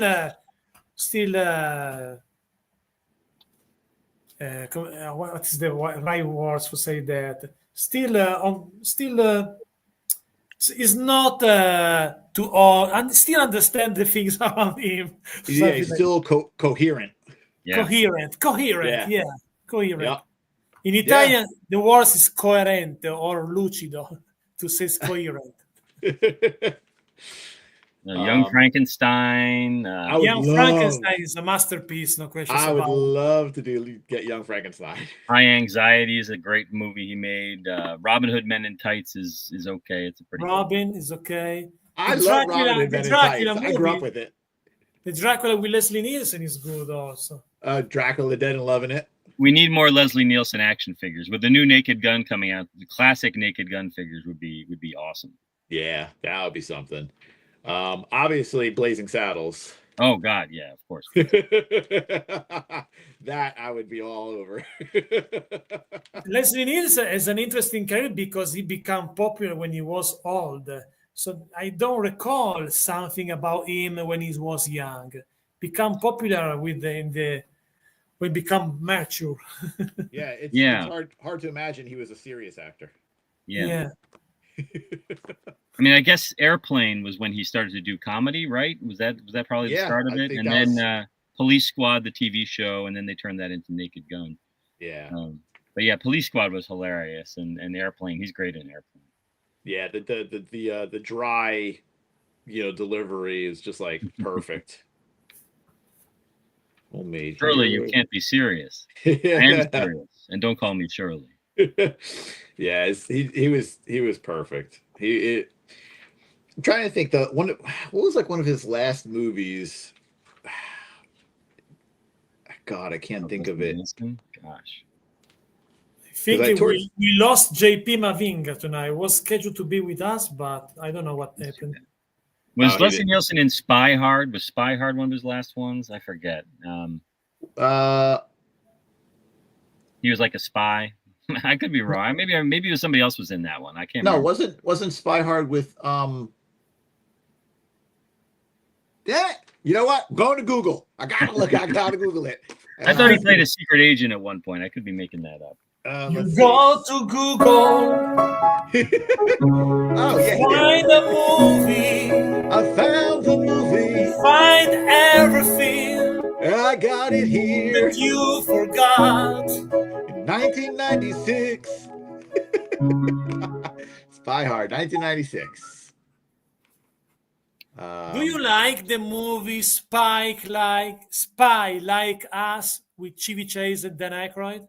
Yes, I love Spies Like Us. It's a beautiful. And there was even a video song for the movie. Spies Like Us. I was like, okay, why? Why is there a song for this movie? What is your favorite comedian? If you can pick only just one comedian, what is your favorite ones? Zach? Oh gosh, favorite comedian? Like comedic actor or like comedian actor for movie, film. That's a tough one because I'm a total, I like a lot of mainstream movies. So I actually find most of Ryan Reynolds' movies to be very fun. I love the Deadpool movies. I thought Free Guy was very funny. The Hitman's Bodyguard, he's pretty funny in that. So I mean, he's pretty fun. But in terms of like classic comedic actors, I mean, gosh, I do like Bill Murray. Bill Murray's pretty great. Caddyshack. What about Bob? Scrooged. Gosh. Do you know that behind the scene? Do you know, Zach, behind the scene of What About Bob, there is a big fight between Richard Dreyfuss and Bill Murray. They ate each other, actually. Oh, yeah. That probably made the movie a lot better, too. Yeah. Also, the movie they repeat the same day with Bill Murray. Groundhog Day. Groundhog Day. Also, in that movie, Bill Murray had a big problem with Harold Ramis because Bill Murray is genius, but he's a prima donna. No, you know what it means. So sometimes I like also another movie, Bill Murray with Gina Davis, was directed by him. I don't remember the name in English because it was Quick Change. Quick change. Exactly. Well, that one was cool also. And also Quick in change that is one, pretty good. Gina Davis says that Bill Murray was really difficult during the movie. Work with him. A lot of people say that. a lot. That's his reputation. Yeah, absolutely. Lost in Translation is a more recent one that he was very good in. I like that one. That was good. Lost in Translation, yes, but this is another Bill Murray, with this one more dramatic a little bit. Yeah. Like Broken Flowers, also another one. I don't think I saw that one. Yes, the If he's being director. serious, I'm not interested. The director, I don't know the right pronunciation, is Jill Armush, the name of the director, something like that, of Broken Flower. It's the same style. Yeah, I don't remember actually. Yeah. I just the name is in the air, but I don't remember. However, is a movie. It's in the same style of Lost in Translation. That one, Broken Flowers. The name is about a man that they have he discovered that he had a kid with one of many girls that he had in the past. So he go back to every girl to discover what is the mother and where is the kid, something like that. God, that sounds like my life. What is your favorite comedian, Chris? I don't know. You got to give me a selection. I can't think on the spot. I'm too. Only stupid. one, just one. You need to suffer and pick just one. I would have to say Zach Ode is my favorite comedian. What about Gene Wilder? Gene Wilder's a great comedian. I think he's Gene Wilder's Haunted Honeymoon. Haunted Honeymoon is one of my favorite movies of all time. No, my wife and I, we love Haunted Honeymoon. How is that? Older or more recent in his? Yeah, early to mid '80s. It's him and Gilda Radner. Okay. And they're radio stars in like the 1940s, and they go to stay with his uncle. They're engaged, and they go to stay with his uncle, his aunt, in this big old mansion. And there's murder, and there's werewolves, and there's like crazy zombies, and like it's all very it's a very mixed bag. But it's John Candy. No, not John Candy. Dom DeLuise. Dom DeLuise plays his aunt, Dom DeLuise, which is very fun. Dom DeLuise, I remember a movie with him, Dan Aykroyd, and Gene Hackman, but I don't know the name in English of that movie, the title. Oh, that is Loose Cannons, I think. Loose Cannons. Yeah, Loose Cannon. That's right. That one is cool also. By the way, my favorite is Dan Aykroyd. The only full body Crow T robot figure ever made.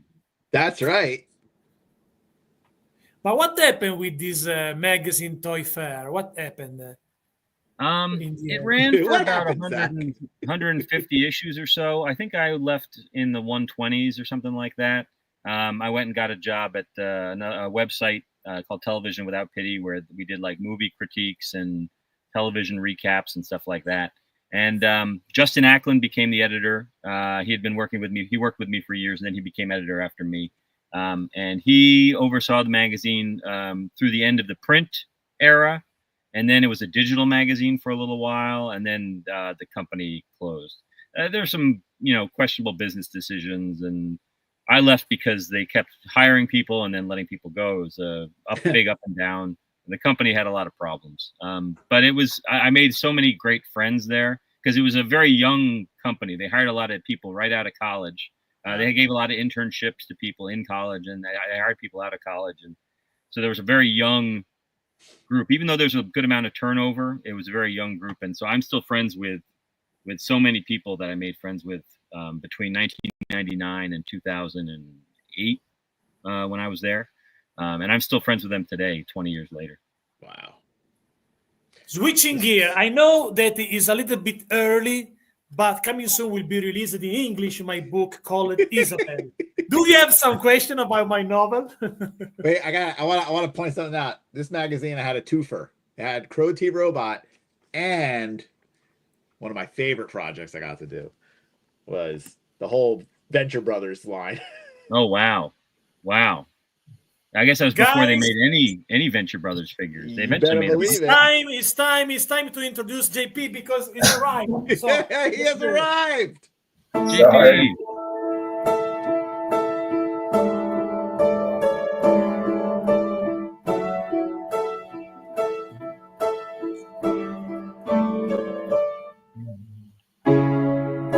find JP if you watch my show of over 1 million views. Because I can't do this show without JP.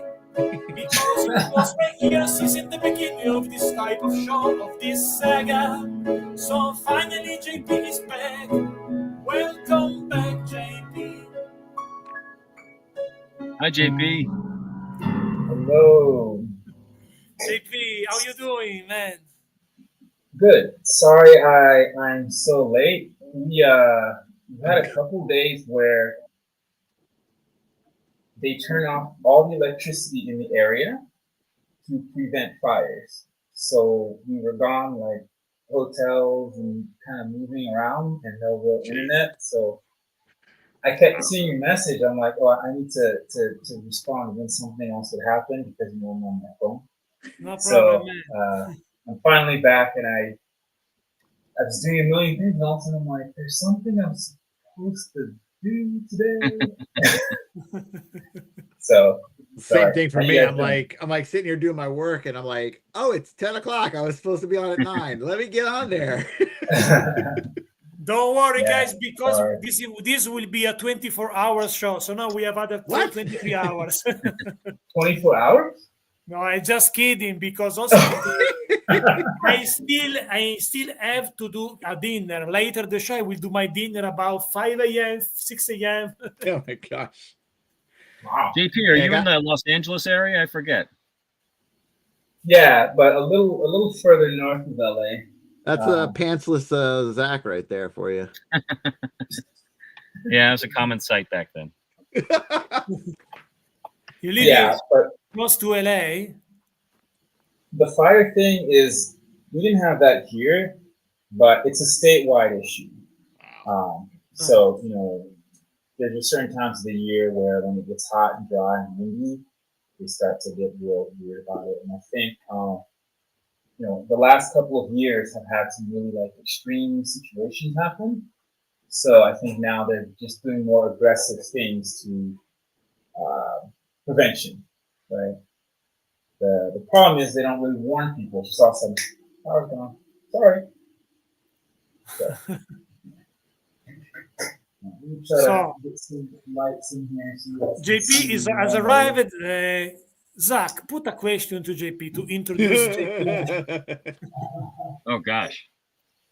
I forget. JP, what are you working on right now? What are you working on art wise? Can I talk about it? So I'm actually drawing a comic, and actually some comics. And I have a independent movie poster that I'm working on. Cool. And then I have some concept art. So mix of things, but the comics have been the main thing. One probably will get announced sometime this year. I'm not sure when. I'm guessing maybe around November, something like that. When will be released, JP? Send me a message. We do a show to promote it. Okay, that's cool. Yeah. So they'll announce it, and then that's when we'll start kind of doing marketing and interviews and stuff like that. But the time between the announcement and all that stuff and the book actually coming out, probably like 4 or 5 months, the span of time. Okay. So yeah, it's exciting. But yeah, I'm drawing, you know. Cool. A little that. Yeah, this is where I print out the pages, you know, to see what I'm doing while I draw. Must be hard to draw in the dark when they turn off all the electricity. No, like that's the thing. I lost like 4 days between all that chaos and coming back. And other things happening too. Without electricity, maybe you can work only with the daylight, probably with the sunlight. No, I draw digitally, And then I Digitally, print. this is a problem digitally without the electricity. Yes. So I print the drawings and then I ink on paper. So this is a piece I'm working on. This is a different, like more of a personal project, but you can see the. That's so freaking cool. Beautiful. Awesome. Damn, I love that perspective. That's awesome. Yeah, so that's a story that I wrote that I've been drawing as well. So these projects will overlap. I'm not sure exactly how, but one is sci-fi, this one, and then the other one here is horror. So should be interesting because, as I mentioned before, with the other friends tonight, this book, this is my latest book. They're releasing in Italy. Will be also released in English. Yes. Will be released in English. I think around January. Should be interested to find someone interested to do a comic book based on my books. Should be super cool. Yeah. That. What phase kind 3 of genre is it? It's thriller. It's a thriller. It's a story about a girl. She's a 19 years old girl. She's a model, but she has forgot her past. She has forgot her childhood, everything about her past. In the same time, some men that are violent with women are killed. So the people that are killing this book are bad guys, bad men that are bad with women. And she has this type of dream of vision where she sees these bad guys that do bad things with girl, and she saw also in the murder of them. So there is a relationship between her, this innocent girl, and these murders, and is also about a movie because in my mind it's like a movie. It's about a book about the forgotten childhood, because it's a thriller. So it's a page turner thriller with many moments that put you in with question, what happened now, what is next, because there is a different type of things like that. But in the same times, is a book that put you to think about the importance of your childhood, because every people is like designed by your the child inside of you, and if you forgot the child that you were, you forgot basically yourself. And there are many people that forgot that. So in some way is a book that talk about this girl that forgot her childhood, and because of that she's related with this murderer. But it's the same time is a book about everybody, because not everybody, maybe not me and maybe not you, because if you are an artist, the child in you survive.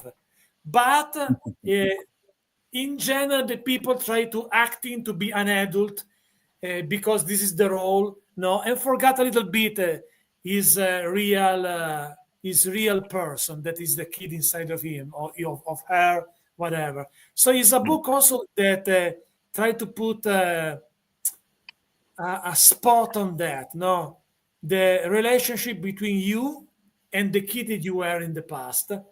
And the question of the book is also that what happened if the past that you forgot influence your present, no, or your future. So it's something like that. So is this type of book? It is basically is a story in two books. Is a book a dilogy? What is the English words to see a book? Two release book. However, it's a two release book. In Italy, will be released the second one in January. And meanwhile, I signed a contract with another publisher for another book that will be released in Italy in September. And meanwhile, I'm still working on another book, because my goal is not just do a book in Italy, but find a good, great, big literary agency in US, because I want to put my book in that market. And when I work story after story, busy time. 2 words, busy time. Type Well, fast? I write fast because just to explain my Zach heard this before in the show. Maybe become a little bit boring for Zach, but for JP especially, I want to say that I have this type of schedule. I did a first draft for a book, then I put aside this book, and I grab another book that I written before, and I did the final draft in Italian, then I translate, and then I start my book proposal in both Italy and US, or Canada, Australia, UK, however, with the English language. Then, when I finish that, I start a new story. So it's a back and forth between a first draft on a book and a final draft and the English version on another one. It's always like that. Now I'm in the middle because I already finished just a few weeks ago. The first draft of a book is a young adult thriller, that one. And in 18 days, I wrote 197 pages. What? Yeah. So and now I'm in the middle because before to start the final draft of another book that is a horror young adult, that one, I need to finish some stop motion for this channel. So I need to also this channel become a relief to my writing schedule. Earlier, you compared artists to a phoenix, where you burn out and then you are reborn. And I like that. I like that, where you were talking about how you create this piece of art and then you start again from the bottom and create a new piece of art. But you seem like you're constantly creating, like you finish something and you start something new, and sometimes you're working on two things at the same time, and it seems like you're less like a phoenix and more like a constantly burning bird. Actually, I can't work into book in the same time. But when I work, for example, in the final draft, because the boring side of this work, when you need to create the query letter, the book proposal is really tough because you need to do the right comparison. You need to know the right words count, because if you do a thriller with 200 words, is 200k words, 200,000 words is too much. But you do a book, it depends of the age of the target, because for young adult there is a range, there is many standards, no? So it's tough. My favorite part is the first draft. The last part is so boring because of that, because it's so rational. So in the same time, when I work on that, start to grow in my mind another idea for a future book, because right now I just finished one, but just start to think about a possible idea. But before to start to finally go to another first draft, I need to finish the stop motion, to finish the final draft, to translate in English and do the English version of everything, and then finish the query letter stuff. So book send about 300 mails to Italian publisher, because in Italy the literary agents are just a few, the other are just are like a guy that just try to steal your money. So because in Italy there aren't real literary agents, just a few. And this few, you need a huge referral to be considered. The other are just people that they know there are too much people that writing in Italy, so they try to do business on that. So I read your book if you pay me. I say sayonara or goodbye or the umbrella signs, no, for these guys.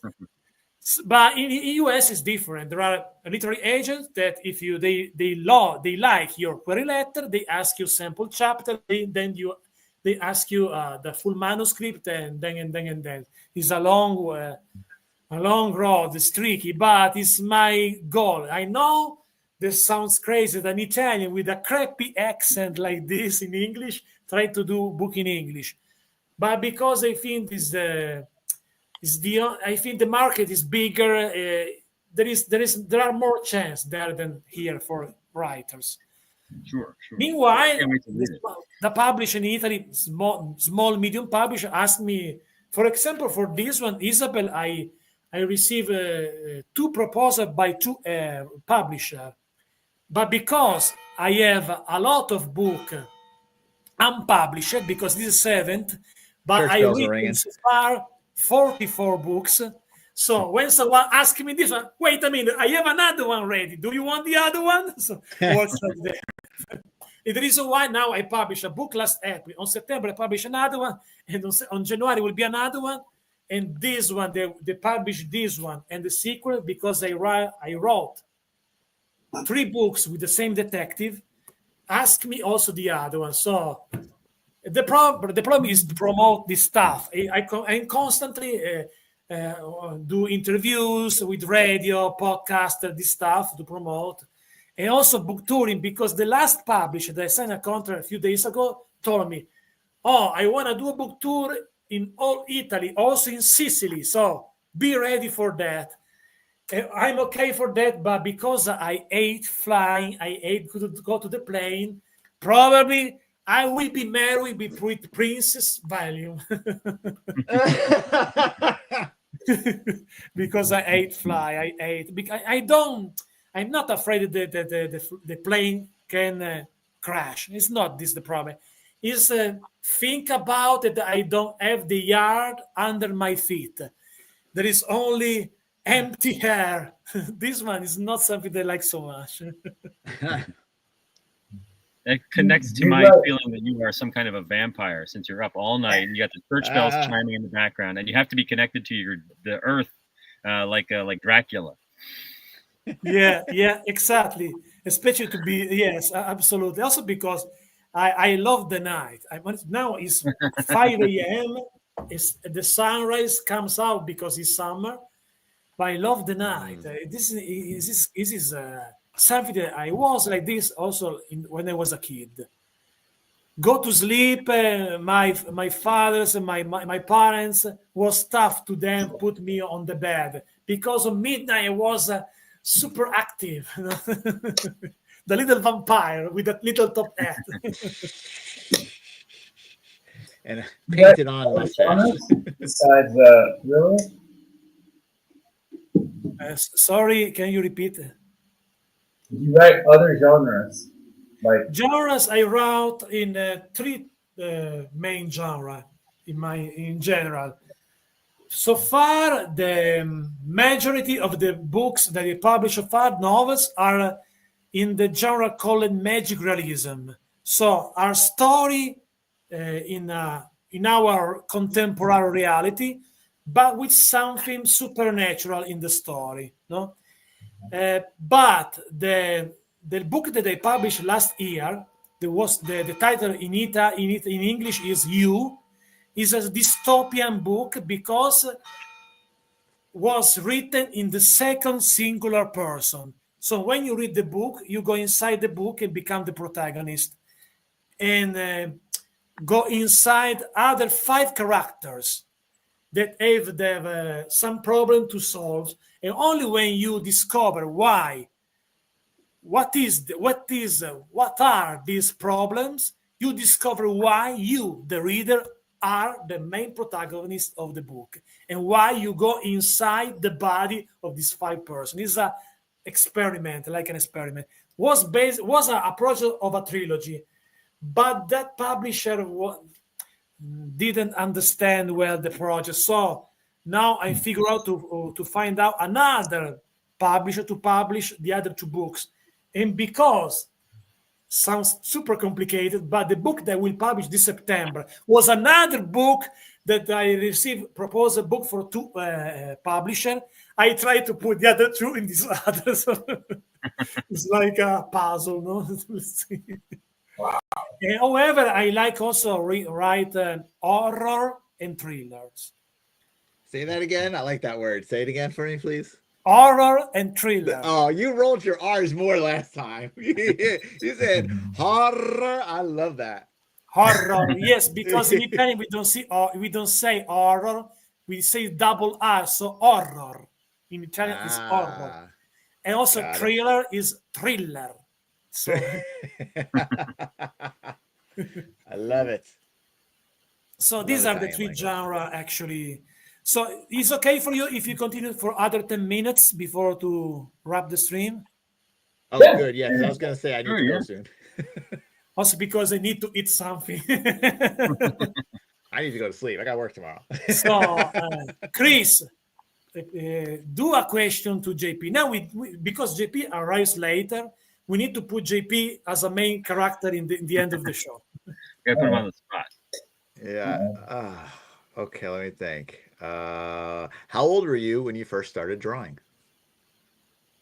Gosh, I think 4. 4? So, yeah. So we used to live in Abidjan in Ivory Coast. And there was like this road you could see from our place. Like we were on the second or third floor somewhere. And people would go by on bikes, like bicycles. And I was really little, so I was fascinated because, you know, when you're a kid, you're learning how the world works, right? And so if you watch somebody walk, you learn the rhythm of their walk matching the speed that they're going. Same thing with running, right? But people would pedal a bike real slowly, but be going really fast, right? And I thought that was just the most fascinating thing. I distinctly remember it. So my dad used to draw like on, you know, his little kind of notepads. He would draw little stick figure bicycle people. And I would just lose my mind. I loved it so much. And then at some point, I remember asking him to do it, and I don't know, he was busy or something. And he just said, do it. There is a word in French to explain that, un enfant prodige. So, you know, it means that a kid with a huge talent since when he was a kid. A child prodigy. Actually, my first love in art was drawing too, because when I was a kid, I was a little bit introvert as a kid. I wasn't the character that I'm like right now. I was an introvert. So the people, I like a little bit ignored me a little bit. The people, no. So, but I discovered it was the time I discovered that the art, any type, was a way to me to express myself to be recognizable, visible, not invisible. No, because I was good to draw when I was a kid. I draw with especially cartoon filmation, as I mentioned before with Zach. I watch cartoon and drawing the characters. And I remember when I was a little kid, I totally fall in love for a little girl that totally ignored me because she doesn't care about this weirdo, no? But when I draw it, at the time, she went to me to see my drawing and asked me to draw. And so it was a connection, no, in some way. The drawing was my first love, but because of my my parents were against the School of Art, instead to do a professional high school, something like that. It was a mistake because it was rejected for many professional school to become an engineer, this stupid stuff. And it's the reason why university did a School of Art. However, I stopped to drawing, but few years later, the music take overs my life. So take over totally. So in the end, if you are designed to be an artist, you will be in some way an artist. To me, it was impossible when I was just focusing on music to do, when I did concert with popular band in Italy. Well, I was the opener. I was, as I told to Zach. So now this last minute to Zach is like a rewatch because, but it was to me impossible. Think like about in the early 2000s when I did this concert with in the arena, was super. I at the time the people stopped me in the street, give me an autograph or something like that. No, and to me it was impossible to think about I will be a writer, I will be a YouTuber. No, but then something changed. From the sudden, we become something different. But if you are designed to be an artist, you will be an artist. You can't ignore that. And to me, for example, it's impossible to have a normal life. It should be a problem. Some could be a problem, or should be, depend in which way do you see this picture. But it's not easy to me do normal things. But I can do something that many people can't do, because I can sculpt, I can write, I can sing, I can do a performance on the stage. To me, it's not. If tomorrow someone call me, tomorrow you can do in this arena, do a concert without do something before, it's not a problem. I can stay on the stage for hours. But if you ask me, wake up at 8 a.m. and go to work in an office, no. Yeah.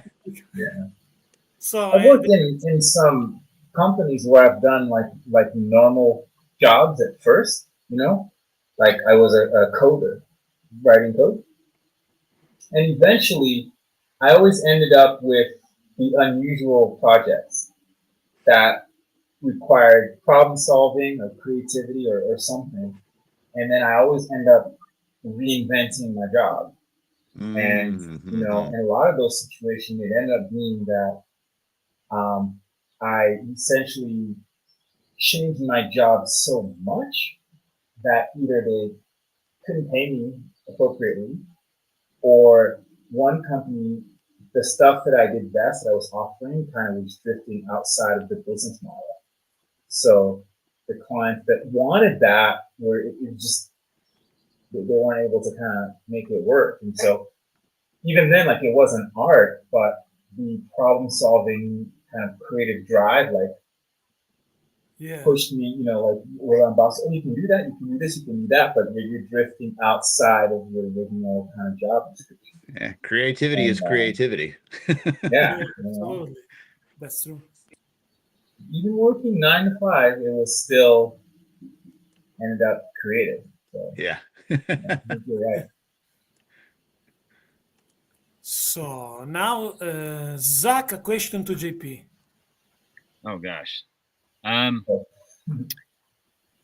We talked about when you started drawing, but were you drawing?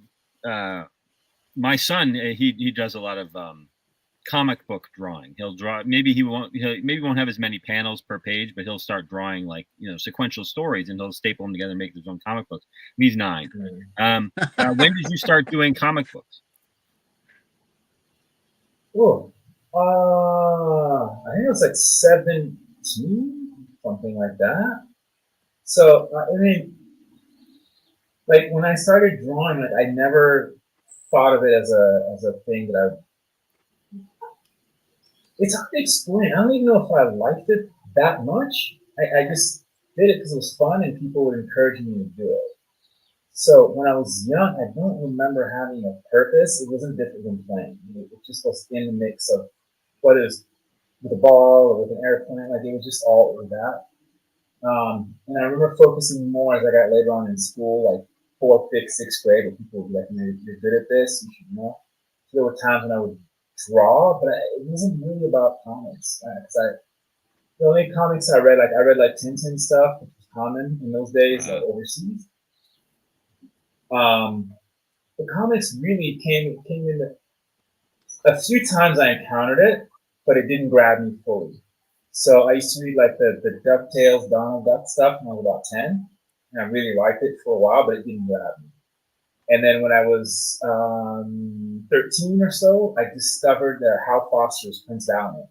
So they have the black and white ones in the newspaper, but I found a big colored, Fantagraphics deal, and I was like, wow! Like I read that and I loved it, but I didn't want to do that. It didn't grab me. And then when I was 16, I read Ghost in the Shell, and it was like, oh, okay, like now. And probably because I focused more on science and kind of engineering, and I had just gotten into biology at that time. So, and I was doing a lot of kind of spirituality stuff with faith and belief systems. And so at that time, it grabbed me, and I was like, okay, I think I could draw a story. And that was my first time drawing. I think my first attempt at a comic was like a space story, kind of like a Star Trek-ish thing. So it wasn't a superhero, it wasn't anything like that. I was pretty good at drawing technical things, so cars, ships, guns, even shoes. But I wasn't really good at drawing people. So it wasn't my inclination to try to draw a story at all. That came years later. I started practicing like 3D drawing, and then so yeah, I would say first storytelling attempt somewhere between 16, 17. I think about 18 I had done it, so somewhere around. 96. Okay. See how old I am. Shout out also in the chat to Toy Culprits. Thanks for watching. Colin. When I listen, JP, when you speak a few moments ago, when you spoke a few moments ago, I thought that I never did a book with a comic book artist as a protagonist. So why not? I never did I never wrote a book about an artist like you. So maybe, but tell me something about just there all your day like feelings. this. Yeah, You know what? but the side that I wanna discover more is not about what we can see when we watch you in your daily schedule, but what happens inside of you when you do this job, your feelings, and because I think is in some way drawing is like writing because we go deep inside a world, no?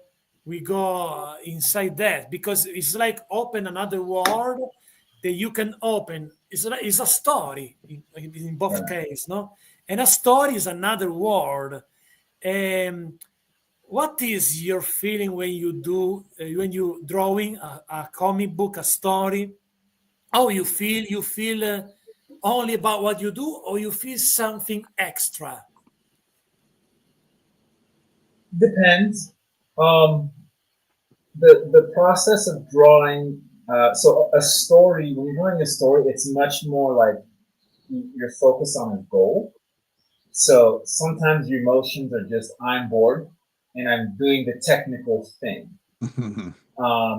But when it's a little bit more inspired, like for me,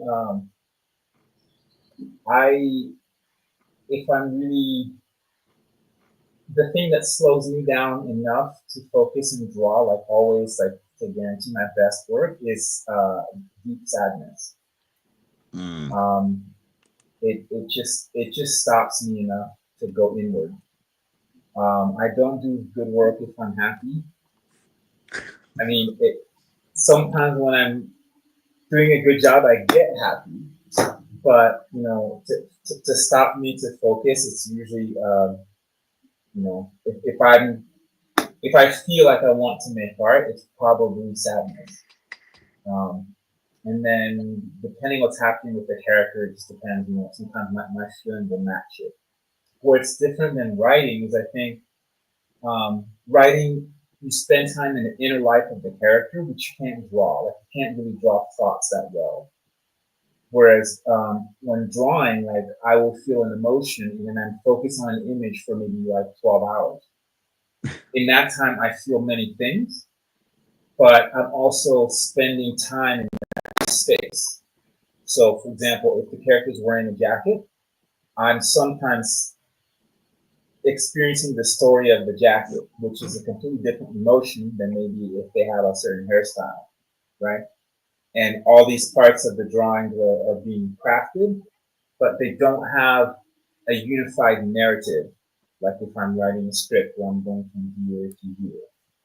And so, I might be drawing a gun for a character, in which case it's much more mathematical and technical and trying to like at least make it look like, it's a feasible weapon. And then if I'm drawing the face, sometimes I'm feeling those expressions, like, maybe if the character's intense, I'm trying to think, too intense, not angry, not bored, like I'm trying to capture that expression, so I'm feeling it. But it's not like, I think it's just more chaotic than writing. Does that make sense? Yeah. And there's a point in a drawing where it's exciting and you're inspired, and there's a point where all the ideas are on the page, but it's not clear. And then it's like 8 hours of like technical skill. It's just like sometimes it's just like all drawing all the windows. It's just like boring. Over and over. I know what the effect will be at the end, but I have to do it correctly. So when that's happening, sometimes I just watch a movie. I don't even really pay attention to the art. I'm just like, I know these lines go here. And then towards the end, I focus again and I start to feel the feelings when I finish. So it's kind of funny because when I used to sculpt, I would pop on movies and it's all the superfluous, just like roughing out, doing this, I'm not even looking, I'm watching the movie. And then when you get into the real, like the feel and the nitty gritty, and then you start focusing more on it. Yeah. But for me, it just helps the time go by.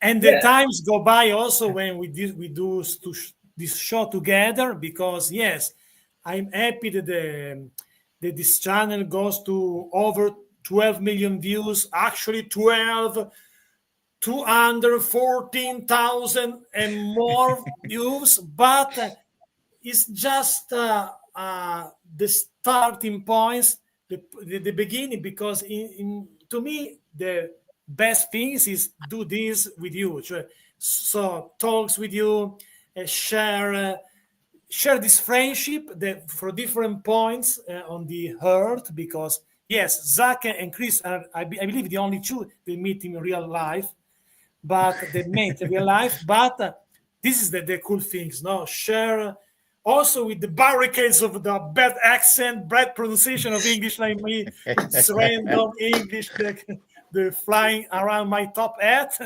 But it's cool because you feel people, you feel the friendship, and I think this is the best thing. I like do this type of show, especially to share thoughts, feelings with friends. So was awesome, guys.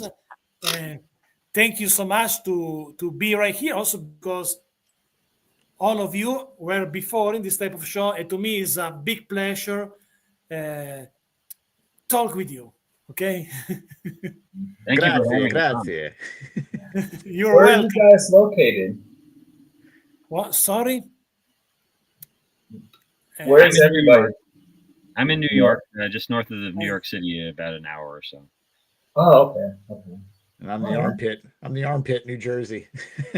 Don't put your state. I live in Jersey. So, if Zach want to visit Chris, how many hours you need? Less than 1 hour, I believe, or not? It might take a couple hours. What part of Jersey are you in? I'm right across the river.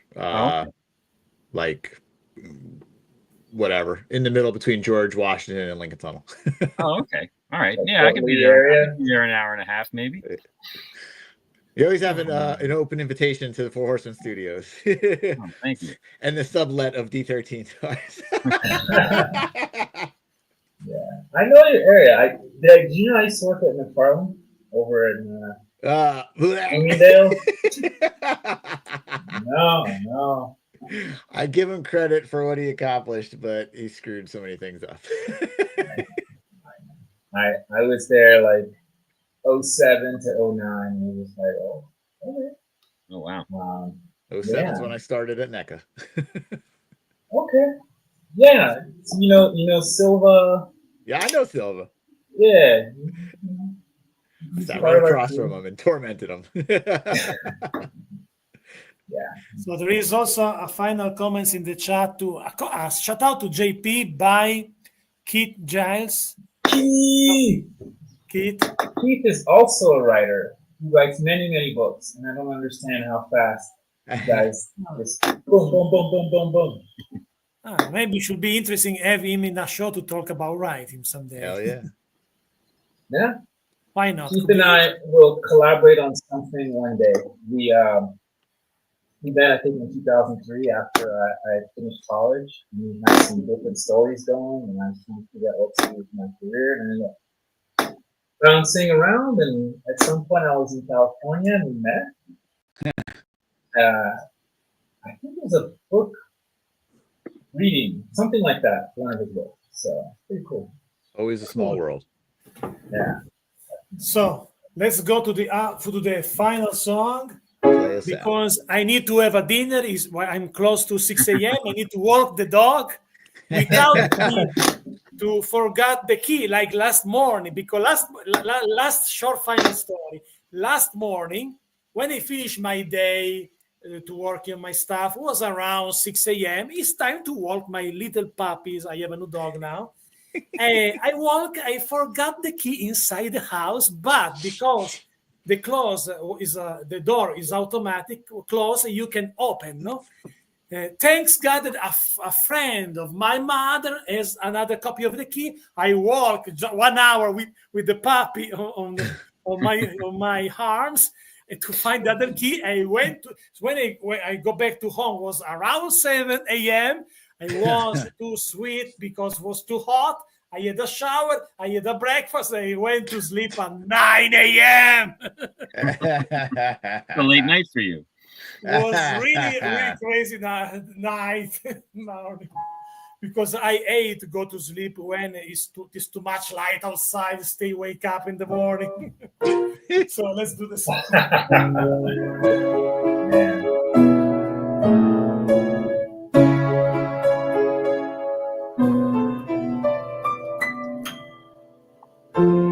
Thank you guys, was super fun as usual. Thank you, Zach. Thank you, Chris. And thank you, JP. Thank you to share with me your thoughts, your feelings, your passion. And see you soon, because one day the channel will be on 330 million views.